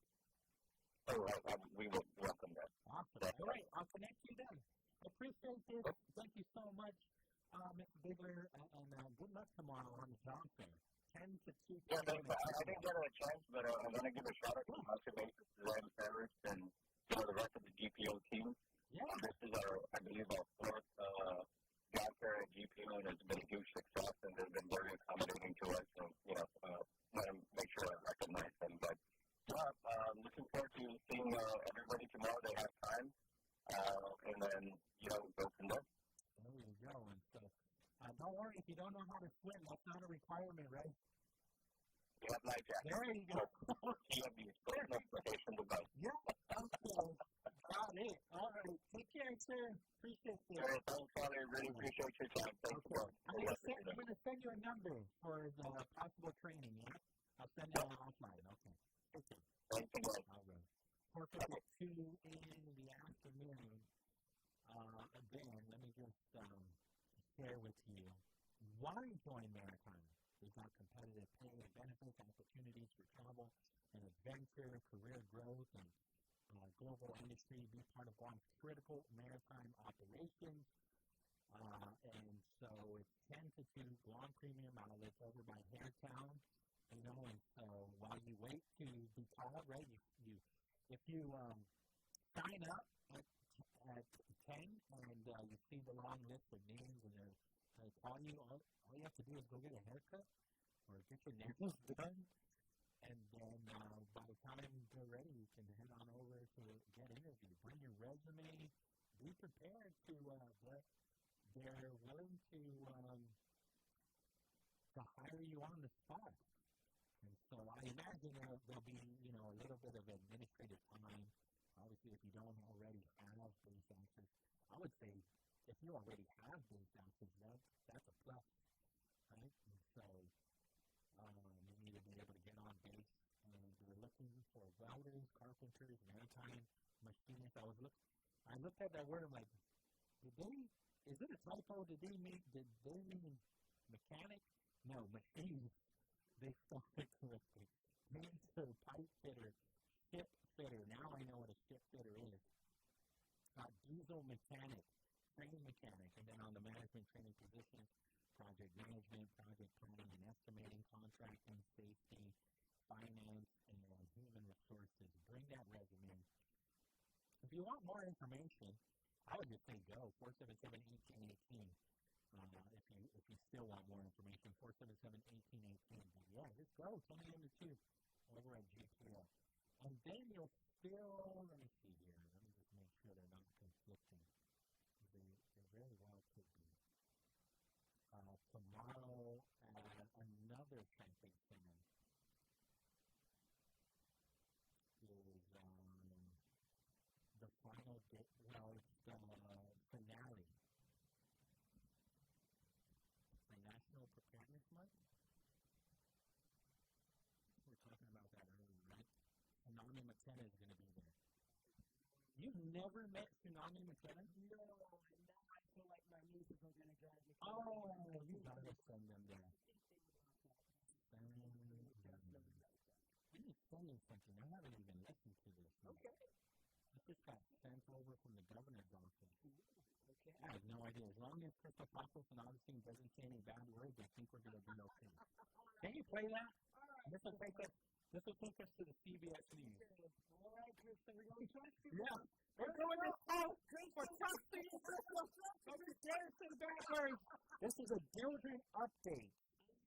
Then a correction on wells, an update on the hotline. They have activated the hotline numbers. Hi, today I'm Crystal Pappas and Augustine, Director of Communications at the Office of the Governor of Guam, with an important update on the filtering situation. In our early report, we stated there were 2 wells affected in Chico. That was an error. There is only 1 well in Chico, and that is 115. Also, at the direction of Acting Governor Josh Tenorio, the Guam Environmental Protection Agency has established a hotline to answer your questions. The number to call is 671-888-4342. Again, that's 671-888-4342, and it's available from 7 a.m. to 9 p.m. daily. Our administration is committed to transparency and providing timely updates. For more information, you can visit epa.guam.gov. There you go. There was, let me see, I thought that was actually shorter than I thought. I was like, this is going to take us all the way to 5 o'clock. No, it didn't. He failed us. No, 2 minutes. I'm kidding. Okay. An executive order came out, right? From Acting Governor Josh Tenorio on the building situation up in Jigo. EPA considers it a probable carcinogen linked to cancer. Long-term exposure is toxic and can damage the liver and nervous system. If drinking water contains bilirubin even in small amounts, it poses serious health risks. This is what is said in the executive order, okay? So I'm just sharing what is in the executive order. Boiling water contaminated with bilirubin does not make it safe. And so the executive order is stating because bilirubin has been found in Guam's drinking water for more than 10 years, water systems are required to test for it every quarter. In November of 2024, Guam EPA created an interim action level. If water has more than 0.2 micrograms per liter, the public must be notified with a do not drink without treatment advisory. If it is more than 0.5 micrograms per liter, then additional public notification is required. On August 1st, these rules went into effect just in 2025. So, regarding the Jigo crisis, and they're calling it a crisis, on September 8, 2025, Guam Water Works Authority issued a do not drink without treatment advisory to 1,118 Jigo customers. Test results showed that it was 1.75 micrograms per liter on average, which is much higher than the safe threshold. GWA is unsure of the contamination source, which concerns me. It's like, They should find these fools. With suspect construction or excavation disturbed soil where buildings had been used decades ago, and rain washed it into the groundwater. GWA confirmed that 97 out of 99 wells are safe, but the one Giga well now confirming it's the one Giga well is what they're talking about. Families in Giga have been told not to drink or cook with tap water. Alternative water sources are being provided. GWA is working on installing granulated activated carbon treatment systems at wells, but this will take about a year.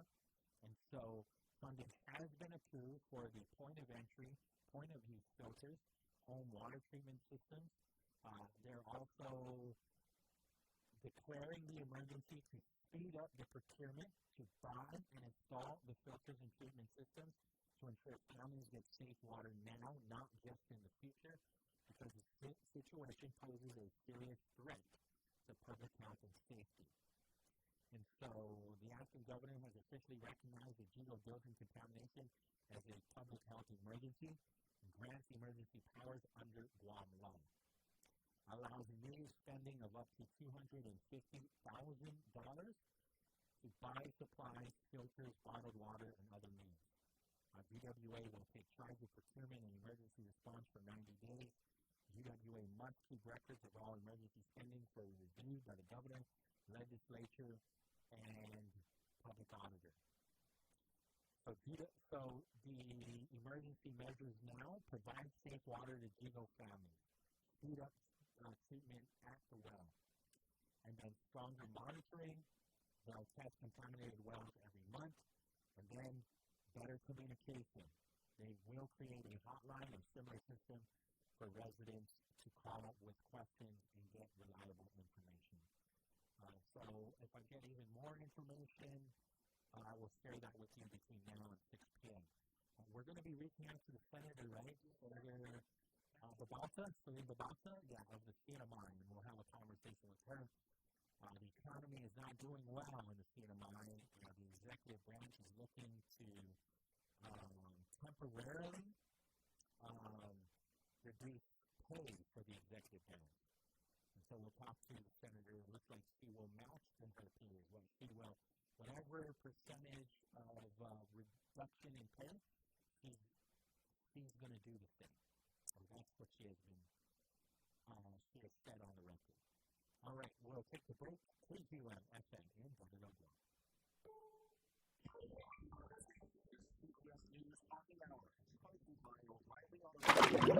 I'm John Walker. In a major escalation in President Trump's efforts to target his political opponents, the Justice Department announces the indictment of former FBI Director James Pauly. In a video statement, Pauly says, "Bring it on." My party is broken. So the Department of Justice, I have great confidence in the federal judicial system, and I'm innocent. So let's have a trial. CBS's Scott McFarland reports the charges stem from testimony given 5 years ago. At a congressional hearing in which James Comey testified and was asked questions about the investigation of alleged Russian interference in the 2016 election. According to the charging documents, the feds are alleging he made a false statement to Congress, count one, and therefore obstructed Congress, count two, when he had said something about a leaking of information to the media that came from the investigation. President Trump celebrates the indictment in a social media post calling the former FBI director one of the worst human beings this country has ever been exposed to. Comey's arraignment is October 9th in Alexandria, Virginia. Human remains found in a remote wooded area near Leavenworth in Washington State have been identified.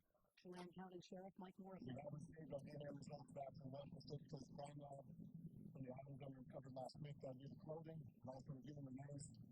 We are glad to say that those remains do come back in the county now for Francis Decker. Decker was suspected of killing his 3 young daughters during a custody visit. Their bodies found in a local campground on June 2nd. Investigators say they are sure of the motive behind a deadly shooting at an ICE facility in Dallas yesterday. It killed 1 detainee and injured 2 others. CBS's Omar Villafranca in Dallas. The FBI has 29-year-old Jocelyn Dawn mapped out Wednesday morning's ambush on a Dallas ICE facility with a high degree of pre-and planning. From internet searches of Dallas County DHS buildings to ballistics with apps that track the presence of ICE agents. U.S. agents injured.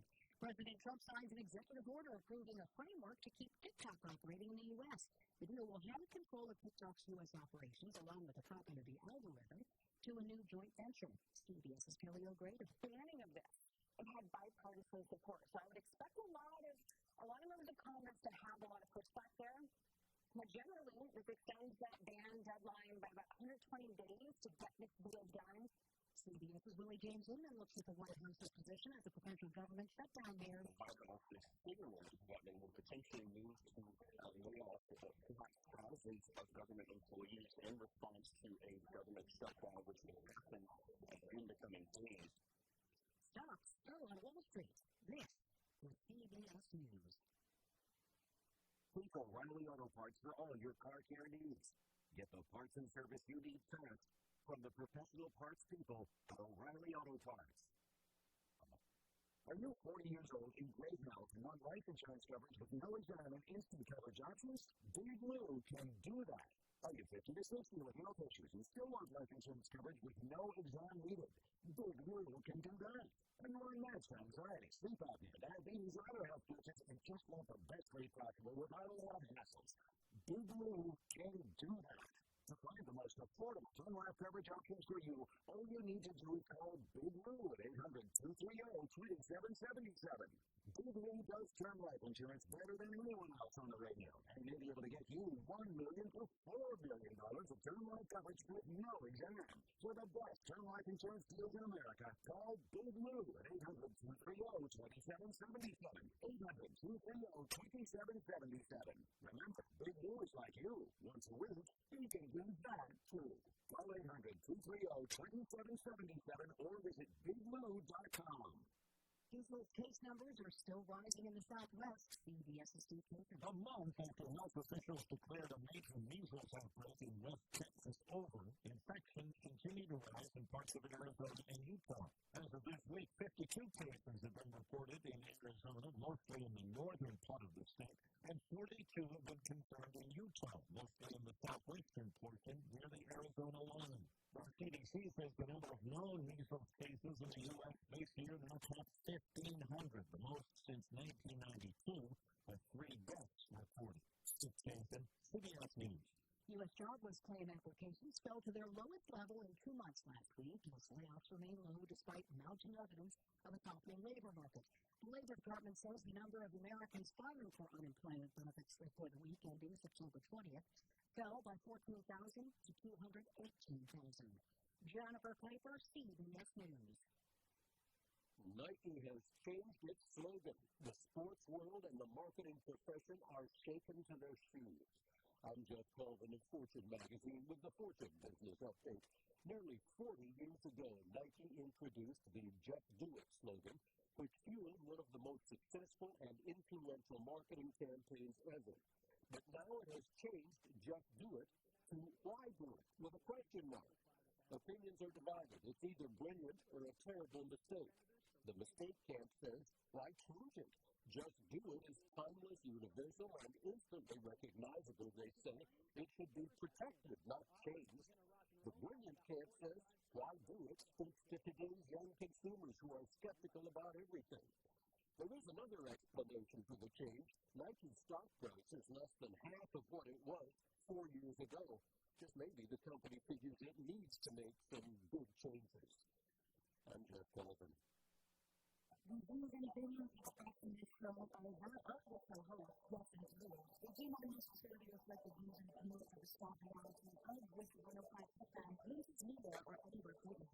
As we try to provide quality, effective, and engaging content, and welcome you to participate in the service network. If you want to Way 15 FM and underground, enjoy the show.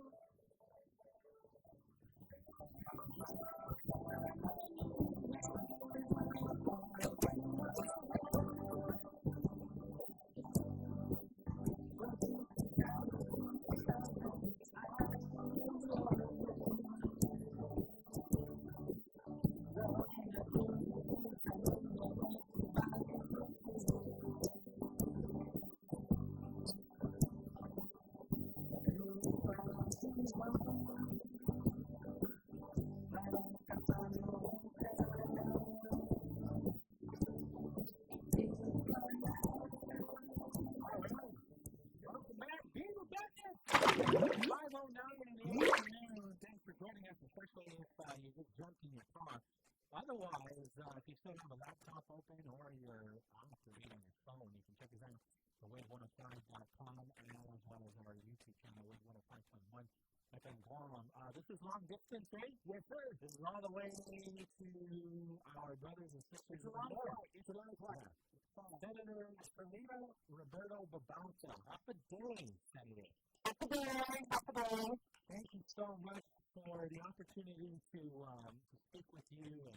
And every now and then we get our information from Brightside. Is always well-informed, letting us know how our brothers and sisters are doing in the state of mind. And so there have been concerns. We were concerned when Dice told us that the public school system, they're down to 4 days a week of instruction? That is proposed. So they haven't done it yet?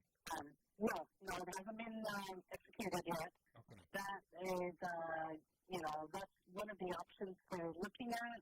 Okay. If they do not get the minimum $31 million or $32 million from the budget. Okay. They said they can live with that, not without sacrifices though, but they are able to make it work for the next school year. Okay.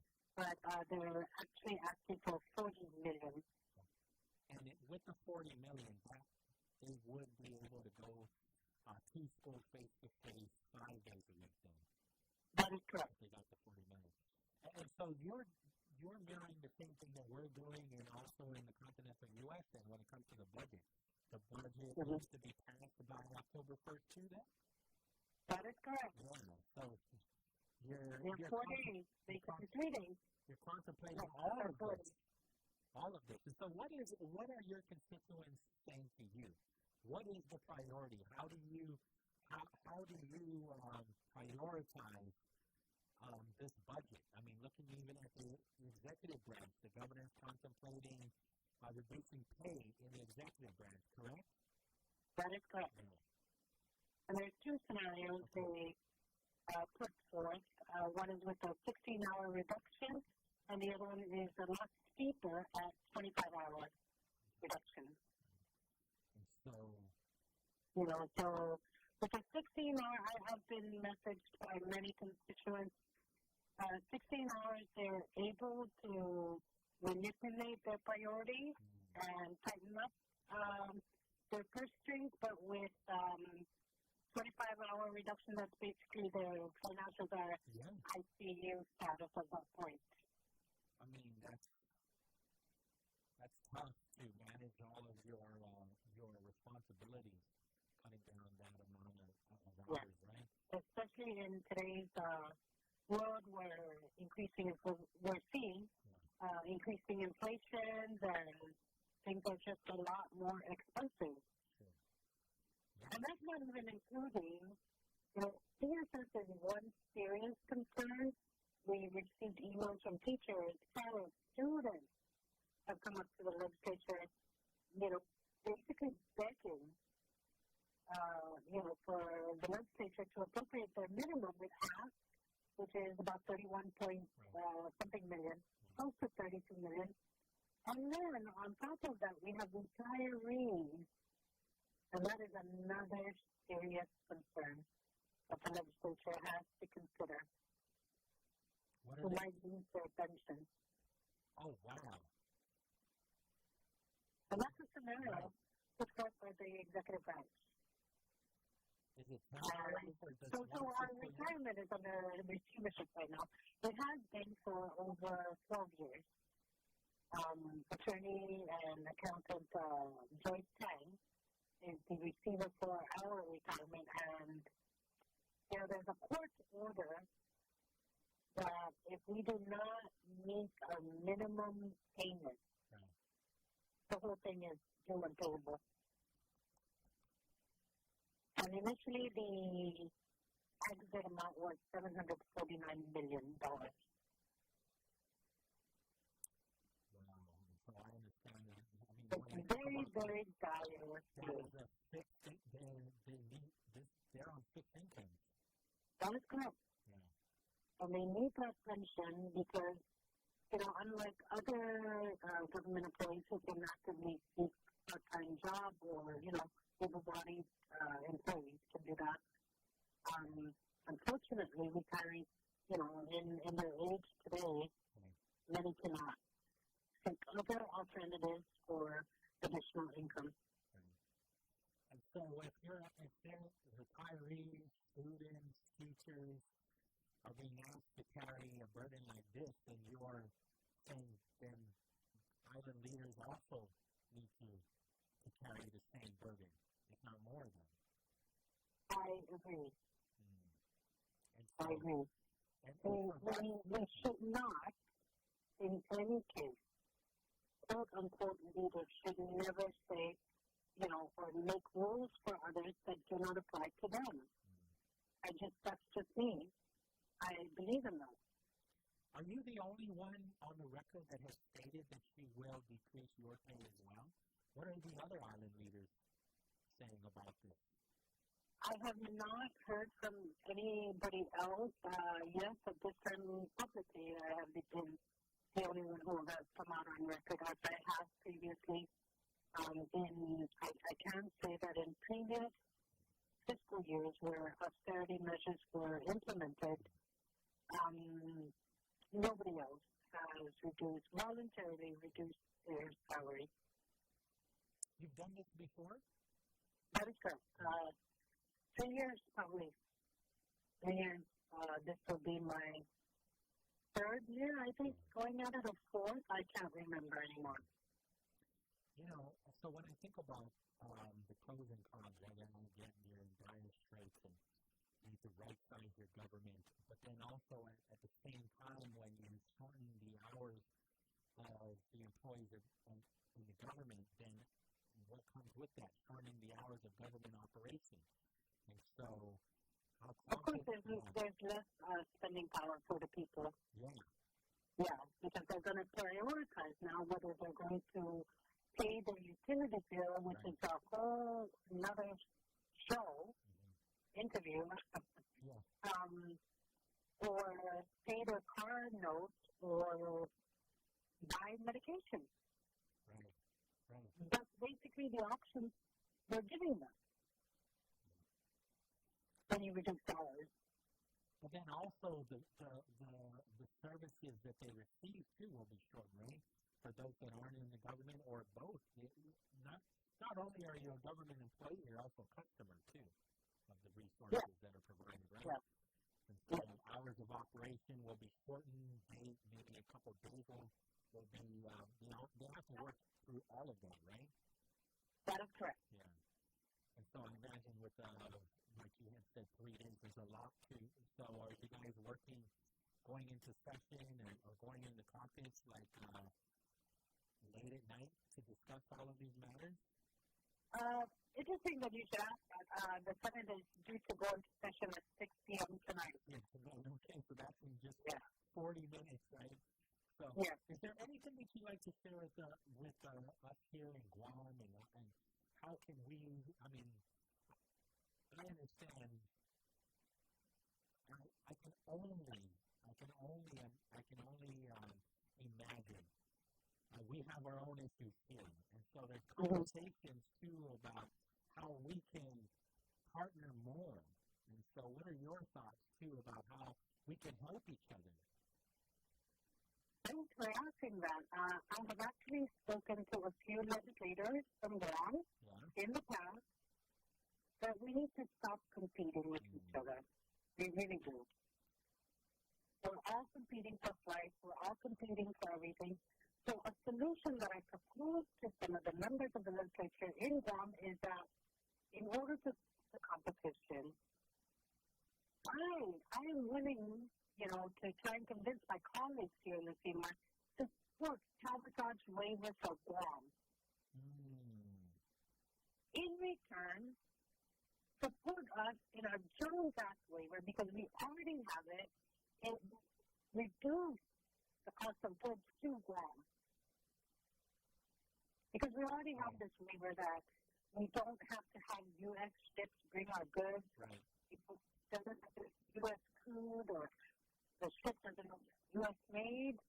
Guam does not have that. Right. So everything has to come from the West Coast to Guam. Right. How can that work out? Reverse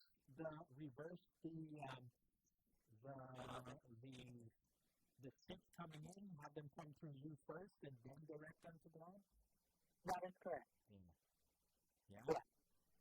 And economically, I've talked to some experts in the shipping industry. It will probably reduce the price of goods to Guam by about 40%. Wow. That's how big a difference it could make. But we need to have more conversations with policymakers in Guam how to go about doing this. And that was just an idea that I had passed to some members of the legislature in Guam. I'm not an expert at shipping, but I'm sure we have conversations of bringing the experts. We can figure this out. I also imagine that that's not just going to happen overnight, right? As you need to build up capacity, your infrastructure, your port infrastructure. That is correct. And we are working with the military on that. There is projects that will be happening at our ports to be able to accommodate larger vessels. We're working on that. Yes, you're correct. It takes years. But if we didn't start today, it's never going to happen. Well, I appreciate your passion. I appreciate your conviction, and we need more leaders like yourself. When we're hearing about your sacrifices, and we're not hearing enough of the challenges that our brothers and sisters are facing in the CNMI. So I appreciate you coming on the radio and sharing that with us too, so we can better understand and have real conversations about we are literal brothers and sisters. That's right. Our DNA is the same. That's correct. And that's why I said we really should stop competing with each other and support each other's advantages and leverages. You know, leveraging our Joseph waiver in return support. I personally, I can't speak to the rest, of course, but I support camouflage waiver for Guam. Yeah. Well, thank you so much. Many blessings and prayers, and we support you in all your efforts, and we'll continue to watch. And I do hope that our island leaders all come together to support each other, because again, nowhere else in the world are you going to see this culture, this heritage, these people, and we are all so very welcoming, and so it's time to support each other. I do want to say that I want to thank Governor Julie Ongaro and Lieutenant Governor Josh Tenorio. They have been instrumental in helping and lending a helping hand to the late Governor Arnold Palacios. I know they've had many conversations, especially the governor. I want to thank her for extending that help to the late Governor Arnold Palacios. I don't know much of their conversations, but in conversations I've had with the late governor, he has shared with me that Governor Julie Ongaro was instrumental in a lot of the financial break that he was able to take advantage of because of Governor Julie Ongaro. Well, thank you for sharing that with us, because I don't think we hear that often. A lot of times, some people might say it's politics, but I mean, you're talking about a Republican and a Democrat, two governors from two separate parties working together. Well, they've known each other for a long time. So they were able to have that candid conversation and face the reality we both, Guam and the CNY have, are facing. Yeah, we're facing it, and we might as well face it together. Exactly. Yeah. So this honestly. Thank you, and I want to thank the radio station. Thank you, guys, and thank you, Pauly, for keeping in touch with the CNY issues. I really appreciate it, and shout out to you guys for making it happen. Thank you for the opportunity. Sure. Okay, that's right. 5:24. So, yeah, they're going back into session at 6 p.m. See, and here up, we're waiting till Monday. Well, it is going to be a very interesting Monday. I think with no other options out there, though, there are no other alternatives except for override the veto. I don't see it any other way. Because the governor sent down her her alternate budget bill, and they're not discussing that. It's a non-issue at this point, right? And so Monday is session, and so that's the 29th. So they really only have the 2 days to go for that override. And then October 1st. Because, again,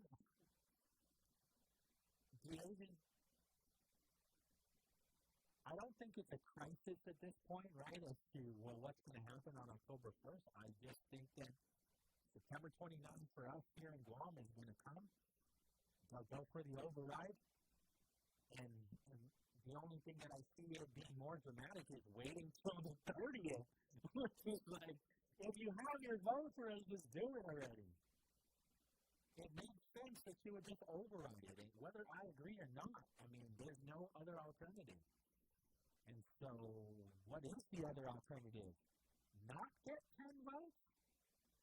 If that's not happening, tell us now. Tell us now you're not going to vote for the override.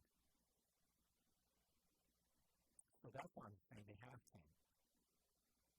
They have to have 10. All right, 5:26 in the afternoon. Let me see here. Oh, we got an announcement from one of our favorite PIOs. Let me see here. This is from Public Health. Reminder, this evening up to 7 p.m. and then tomorrow 8 a.m. to 5 p.m. is the last day to pick up the summer snack bars, right? Let me see here. They still have a lot of cards, and the GDOA students are eligible, as well as guests and ODEA students. Homeschool students who are understaffed and panicked are eligible too. So there you go. Take your advantage. That's free money. $177? Yeah. Get it. I'll give you my grocery list. Buy $177 worth of canned goods. And let's feed the hungry children of Guam. So go get your summer EBT snack card, right? And feed your children. It's $177. My first guy is Hafa Adai. Oh, he's not. Well, we can take a break and he can call back. I think the Seattle Seahawks won today. Did you watch it? You have the football with the Cardinals? Yeah. I was paying attention because they're in our division. But guess what? We beat them both. We beat both of those dirty birds. We're going to win this week, right? Who are we playing? Jaguars. Yeah. Nick Bosa doesn't even have to show up. Who else? George Kittle? We don't have to show up. We don't even have our best players up. We're winning with our rookies. That's probably him.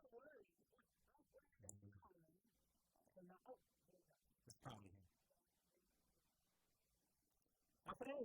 You're on the air. Is that Mike the Sports Guy? It is. I am back. All right, tell us who won that very close. Who won between, who was it, the Obispos and the Knights? Oh, we lost him again. He's going to call back. Okay. He was telling us yesterday that there was a matchup between the Bishop Baumgardner Obispos and St. John's Knights. All right. And their rivals. Yeah.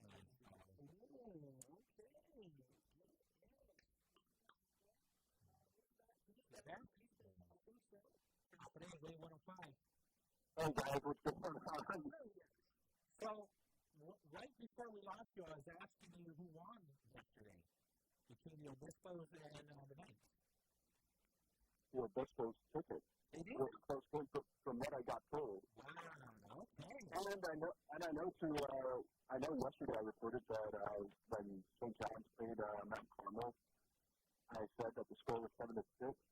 I was misquoted on it, and I was told the wrong thing. I later found out that it was an 11-point game that Mount Carmel beat St. John's. Okay. So to the Knight fans, I apologize for you. I just wanted to correct myself and so forth. But right now, I think Bishop and Mount Carmel are the top two teams because Mount Carmel still has one loss. Bishop is still undefeated right now. However, though, when the playoffs start, everyone goes back to 0-0, so you never know what can happen out of there. Very true.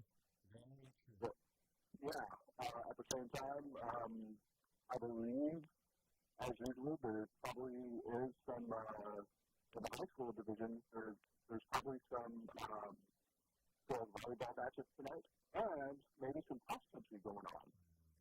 So I thought I'd share that with you guys, too.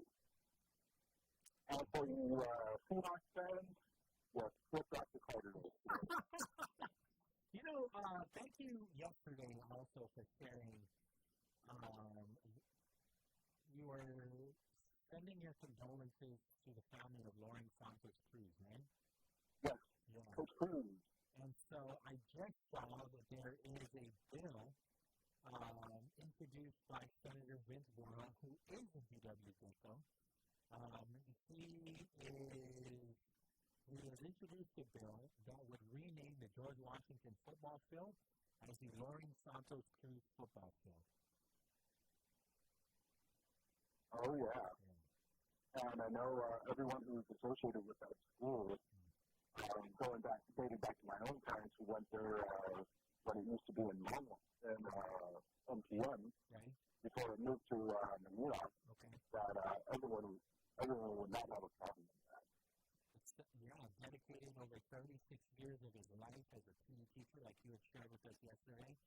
He impacted the lives of thousands of students, faculty, and staff through his unwavering commitment to education and mentorship. In addition to his role as an educator, Cruz was a legendary coach whose contributions extended beyond the classroom to the football fields and track and field facilities of Guam, where he became one of the island's most celebrated and respected sports figures. So thank you so much for reminding us of that, and again, condolences to the Santos and the DW families. Not a problem. What else do you got, my friend, before we fly into the weekend? Besides the Lions, Tigers, and Bears, at the same time, I'm going to go straight to the college ranks because I was looking over some of the games this weekend, and there are actually a couple of good ones. I know a top 10 games that are going to be going on. Oregon against Penn State. And Alabama, I believe Alabama's playing Georgia this weekend. At the same time, I saw Arizona was going up against another undefeated team, but my notes got messed up on that. So the Arizona game is going to be a good one because they're both undefeated, and that's going to be a good one. Also, number one, Ohio State plays UW, and UW is undefeated right now. So those are going to be awesome games to watch. Yeah, no, I imagine. And what a way to kick off September going into October and November. Yeah. You know? So there you go. I appreciate it, sir. Not a problem, sir. You guys have a great weekend. And at the same time, if any of you guys are looking for something to do this weekend, there's California Fiesta this weekend, and I hear they have a mini carnival down there. That's what I heard through the grapevine. There you go. So what can I say? We got the time together, and you guys have a great weekend. All right, you take care. Same here. See, so he confirmed it again that it is happening. Man, I am not in the loop.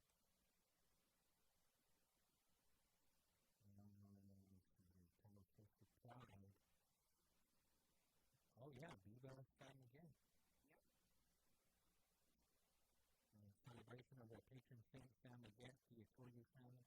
I'd like to wish the village of Califoco an enjoyable and safe weekend. Be the Sam again. I'm looking at Califoco Pride, their Instagram.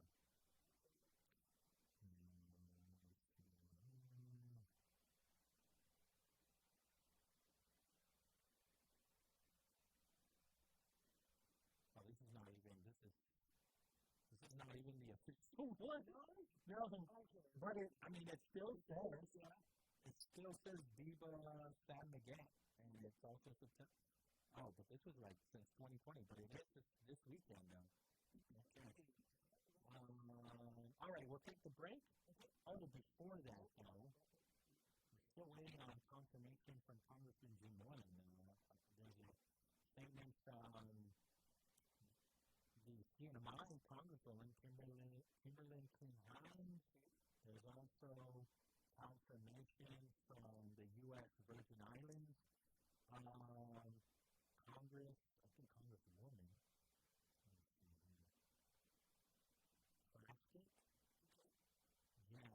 Addressing the new customs duty requirements that went into effect on August 29, impacting residents across U.S. territories outside the customs zone, including the U.S. Virgin Islands, Guam, American Samoa, and Northern Mariana Islands. And so, waiting on confirmation on what the U.S. Postal Service is sending out here. Joe Tyson is the one that brought this to the media's attention and is asking Congressman Jim Moylan to confirm what the U.S. Postal Service is putting out effective September 29, following Executive Order 14324, suspending the exemption, the minimus exemption, customers shipping certain goods from certain U.S. territories and possessions, Guam, American Samoa, Northern Mariana Islands, and U.S. Virgin Islands, to the 50 U.S. states, D.C. or Puerto Rico, must now prepay customs duties before shipping goods with USPS. You may now download something called a Zonos prepay mobile app to prepay customs duties. And so that document was shared, but no confirmation yet from the congressman. Hey, Governor Carl Gutierrez responded to me. He did. I asked him, and people have been messaging us and calling in. Hey, Ms. Cable, he said, you can convince him. Can you convince Governor Carl Gutierrez to run for governor? So he responded to me. He sent me a letter to the people of Guam. Oh, we got a letter. Let me see here. I write this letter by the recent article written by John Adams and was published on Candid, as well as by the many messages I received in recent weeks, urging that I enter the 2026 gubernatorial race. Service to our people is in my DNA. I will never refuse an opportunity to lend my experience, historical knowledge, and vision when called upon. However, I wish to make it clear that I am not seeking elected office for governor or otherwise. There you go. That's the official. And so I wrote to him, and that's his response. However, if you go on YouTube, there's music videos.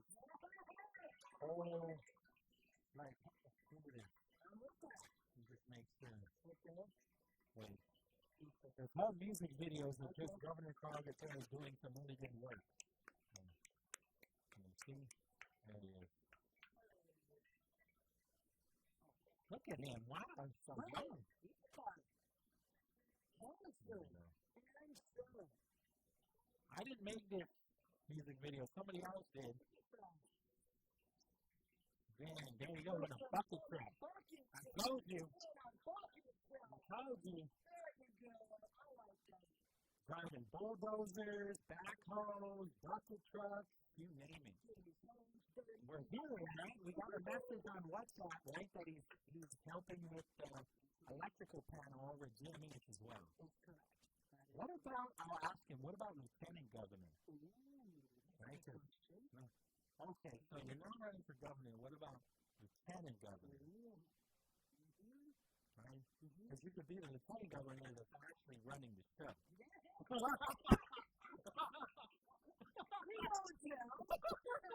Do you know any of those? Do you know any lieutenant governors that are actually running the show? Well, apparently here in Guam, our lieutenant governor is running the show because he's asking. 5:39 and then we'll take the break. Wave 105.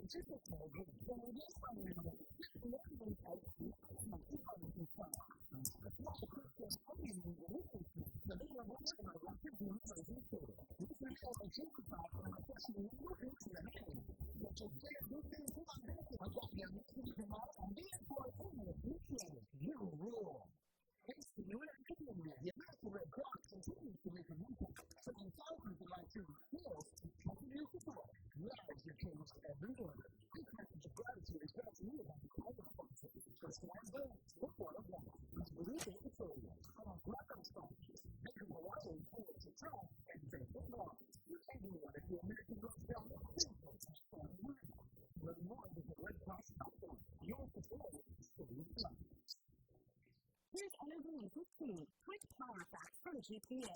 On MyEnergyGuam.com, you can track your daily energy use, check your patterns, see when your household uses the most power, and make simple changes that can lower your bill, all from the comfort of home. And here's another tip from GPA. Try GPA's free online energy expert tool. In just minutes, you'll get a virtual home energy audit with customized tips to save money on your electricity bill. Visit GuamPowerAuthority.com. Energy in 15 is brought to you by Guam Power Authority. It's the Guam Auto Sport Oversight Sell-Off, and our manager is absolutely crazy for talking these deals. Right now, drive off your brand new 2025 Coupe Car for just $24.99. That's $2,000 off the original price. Plus, check out our high-quality pre-owned vehicles, convenience company, and everything else. Get free Coupe online at GuamAutoSport.com with your car 4 technical costs to send your support. It's the Guam Auto Sport Oversight Sell-Off. It's everything most fun. Their services from complete interior cleaning and VIP features to keep your tools accessible and distracting, surrounding, front sides, and basically auto cooking. For more information, from 617 phone. We want to find that thing one more than just think real stuff. Your voice, your conversation. We're talking about what matters most to you today and in the future. And they want you to be part of it. Have something to say? We're listening.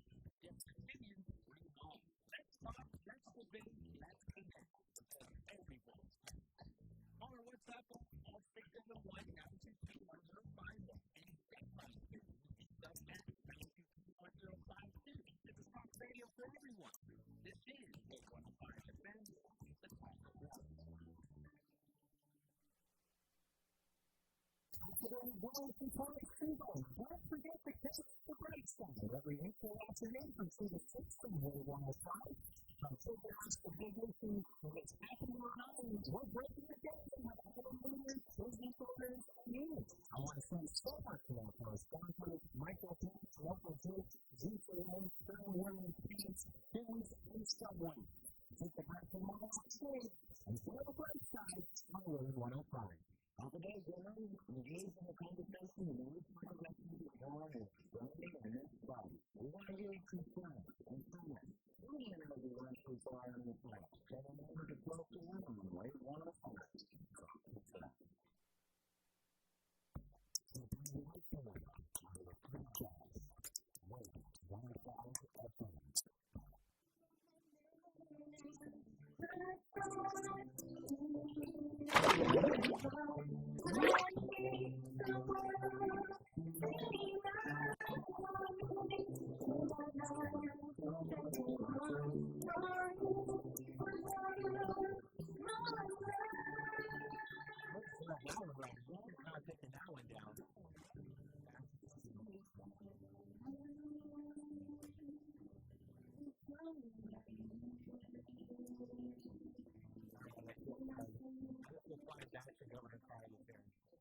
for LT, that you lose loyalty, you're still the one. That's nice.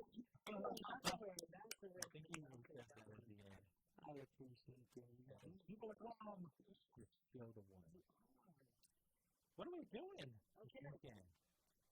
Sunday I'm going to the Kumon Night Market, apparently. Okay. It's the last one. Well, it's not the last one, but it's the last one. It's the last one?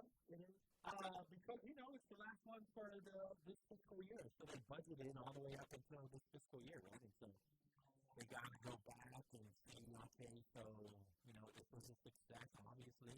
Not cool. But now we have a new fiscal year, and so maybe, I don't know, we'll see. If there are any gaps between how many Sundays will it be before the next one.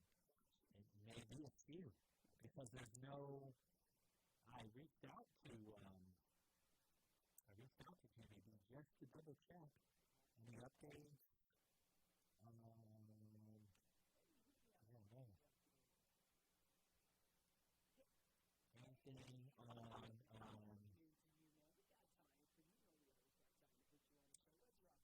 Anything on the continuation of the Kumon Night Market? I don't see one.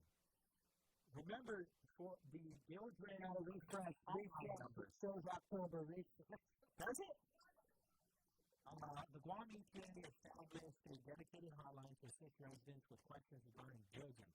The hotline is available daily from 7 a.m. to 9 p.m. And the number is 671-888-4342. 888-4342. And just because I just don't want to forget. And so GMHA just put out a release on celebrating long-serving employees with service awards. And so that is both are Miss Agnes Chrysostoma, GMHA's longest-serving honoree, who continues to contribute her skills and heart to the materials management team. Ms. Chrysostoma has served with GMHA for 45 years. Into the afternoon, the hospital was filled with music and laughter as we honored more employees like Miss Josie Zamora, a GMHA registered nurse and unit manager with 35 years of service, who officially retired today. And so congratulations on your public service, Ms. Josie Zamora, her retirement. Theo Pangolini, who is the hospital EEO, said these employees are more than just the backbone of GMHA. They are our spirit. Hospital administrator and CEO, and today was a long overdue celebration for our employees. This is really emphasized. You can see it in their faces that they are proud to serve alongside each other. Their commitment gives us the strength to move forward day after day for our patients and for our island. And I know that Lillian Paris-Posadas is retiring as well. And so I just want to thank her too. I have been corresponding with Lillian Paris-Posadas for 5 years now through some of the hardest times of our lives, at least for me and my family with COVID and the uncertainty of it. And I always appreciated Lillian Paris-Posadas for her candor, for how she carries herself. It is not easy what she has done. And I know that we get calls consistently critiquing Lillian Paris-Posadas, but it is not lost on me that she has put her best efforts, and I appreciate her tremendously. So thank you so much, Lillian Paris-Posadas. If I don't have the opportunity to speak to you again in your capacity as CEO, I just want to thank you very much. And now we go to the phone lines. Attorney Pete is on the line now. Attorney Pete. Hafa Adai, Pauly, David business. Hey, so kudos to those employees, 45 years and 35 years. Aren't you, 45? I'm getting there. Almost. Yeah, and I'm like 35. Well, you know what we should do with Uncle Carl is we should AI him. And then, make an AI clone of him, and then that'll be our governor. Why not, right? I'm going to embed, I'll download some of his speeches and some of the things that are online and see what we can come up with. That's not a bad idea. Right. We can't do any worse. I don't know. Don't put any money on that.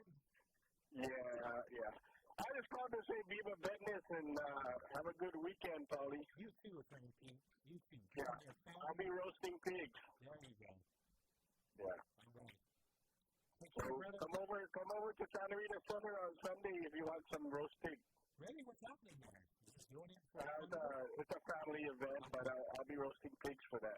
Well, if you have time, around sunset time, 219 market, I'll be there. Yeah, I think, we haven't made the time to go and experience that. So I think since it's the last scheduled one until we do the next. Right. Yeah. Right. I mean, I don't even know if they have enough money because they're investing $10 million on other things. Right. Yeah. All right. Well, hopefully we bump into each other. Yes. I will be there at the 219 market with the microphone, so if I see you, I will be shouting. All right. I'll buy you a beer. And I'll be shouting out your name. All right. Thanks, Pauly. Take care. All right. Bye-bye. All right. 5:51 in the afternoon. Let's see here. What else we got as we close out this week? I feel like it's been like 8 days. Right? I feel like this week is really big. I mean, for you, you never even left. It's a soft master. Hafa right there, and it's a building. We're good. And we're on the team here. I just want to leave on a high note, right? I mean, because there's some other things, there's concerns. Senator Shelley Calvo concerned with disses on termination of respiratory service contracts, and we'll get into that, I'm sure. But Total Guam has made an announcement of free vitamins for women. 15 essential vitamins and minerals, including iron and folic acid, tailored to increase nutritional needs during pregnancy, developed through collaboration among the WHO and UNICEF and the United Nations University. They added the WHO model list of essential medicines in 2021. It's shown to reduce risk of low birth weight, preterm birth, and small for gestational age births, especially among undernourished or anemic mothers. The benefits extend beyond birth, supporting children's physical and cognitive development. The initiative further strengthens Total Guam Foundation's Women's Health Program. And so Dr. Melissa Young, there's a Z in there, or Melissa, our director of programs, said we are proud to partner with Vitamin Angels to bring proven evidence-based nutrition support to our island. So Vitamin Angels, they were founded in 1994.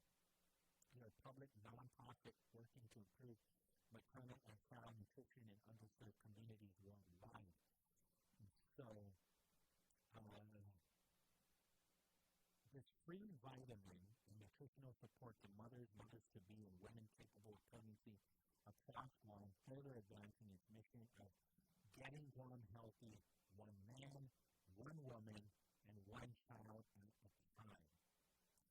And so, they have teamed up again with Vitamin Angels to deliver free, life-changing vitamins for women in need across Guam. So, if you want more information, you can contact Melissa Young, at 649-8638. 649-8638. So, there you go. Speaking of who should run for governor, that's another one. What former Senator Dennis Rodriguez. Okay. You know him, right? Have you ever met Senator Dennis? No. He is one of the kindest people ever. Yeah. He ran for governor, and he lost to Governor Lulian Guerrero. Okay. Oh, that's pretty good. Yeah. Well, I mean, I'm just putting out the facts, right? He ran against her. Okay. And I think also Frank Duggan ran against her for the first time. That's a familiar name. Yeah. Okay. Yeah. And Governor Lou and Governor Jones had lieutenant governor. Maybe that's foreshadowing, right? Governor Josh Sedano. So there were 3 teams on the Democrat side. Right? Maybe more? No, who was those 3? Who was? Yeah. And then Governor Lou moved on to the general and then beat out Lake Morial. So it's all connected, right? We went from Kumon Night Market to talking about who ran for governor, right? And Dennis Rodriguez is in there, giving away free vitamins. And who did Governor Lulian Guerrero beat? Ray Tenorio. What happened? The controversy right back to the Kumon Night Market. It's all love. Nothing but love. Love for this island, right? And so if you're doing it for all the right reasons, the only reason you should be running for office, or elected office, is to provide better quality of life for the people you want, right? And so I reflect right back to Senator DeGalto, right? And so our brothers and sisters are really, they have some challenging situations right now, right? And so we can always just look within in our aquarium and be like, man, we can't get it together. We are such failures. However, there are so many other things in play. And so we can call out our failures, or we can just do something about it, right? We can come together and tackle these challenges together. Republican, Democrat, Independent, it doesn't matter. I think even the conversations when we're talking about our brothers and sisters in the CNMI, they are extremely challenged too. And we need to start talking about, if not, I understand that there are some things that have happened in our history, and we haven't forgiven each other. But we are brothers and sisters, right? We are family. And maybe we never join. Maybe because we're always going to be focused on, well, the capital of the Marianas has to be in Armenia, or it has to be in Jericho. Maybe that will never happen. But that doesn't mean that we can't continue to partner in so many ways. Look at what Senator Babaki is. I'm not going to say I'm for her initiative at all, but she's putting it out there, because I would have to do more research myself. But she's looking at advocating for what we're fighting for, to exempt us with the cabotage laws. And she's asking us to work with the CNMI too, to see how we can come up with some kind of transshipment situation where they are exempt from the drone ban. And she says we need to stop competing with each other. And I say, just as long as we're having the conversation, that's progress. And we just got to continue those conversations and not decide that we're not going to have that. Not decide we're not going to convene something that affects not just the people of Guam, but the people of Yanamai, the people in this region too, and we're all connected. The ocean connects us, not divides us. So I hope everybody has a great weekend. We'll get out of here about a minute early so that way you can get some break. Yeah. So if I don't see you at the 2-month night market, maybe I'll see you somewhere else. I know the Red Sox, the Red Ball is happening tomorrow. So everybody enjoy yourself. Eat plenty of cake for me. I will be thinking about you. Thank you so much to all the businesses, individuals that are supporting this great effort. Supporting all kinds of organizations. The Heartfelt, Kate Thomas Foundation, Azuda Foundation, Harvest House. There are so many organizations doing so much good work. So the Guam Foundation. And so we appreciate everybody supporting these efforts. Have a great weekend. Believe in brightness! Everybody get home safe. Be kind to each other, especially out in those roads. Guys, get some rest. Thank you, Ken.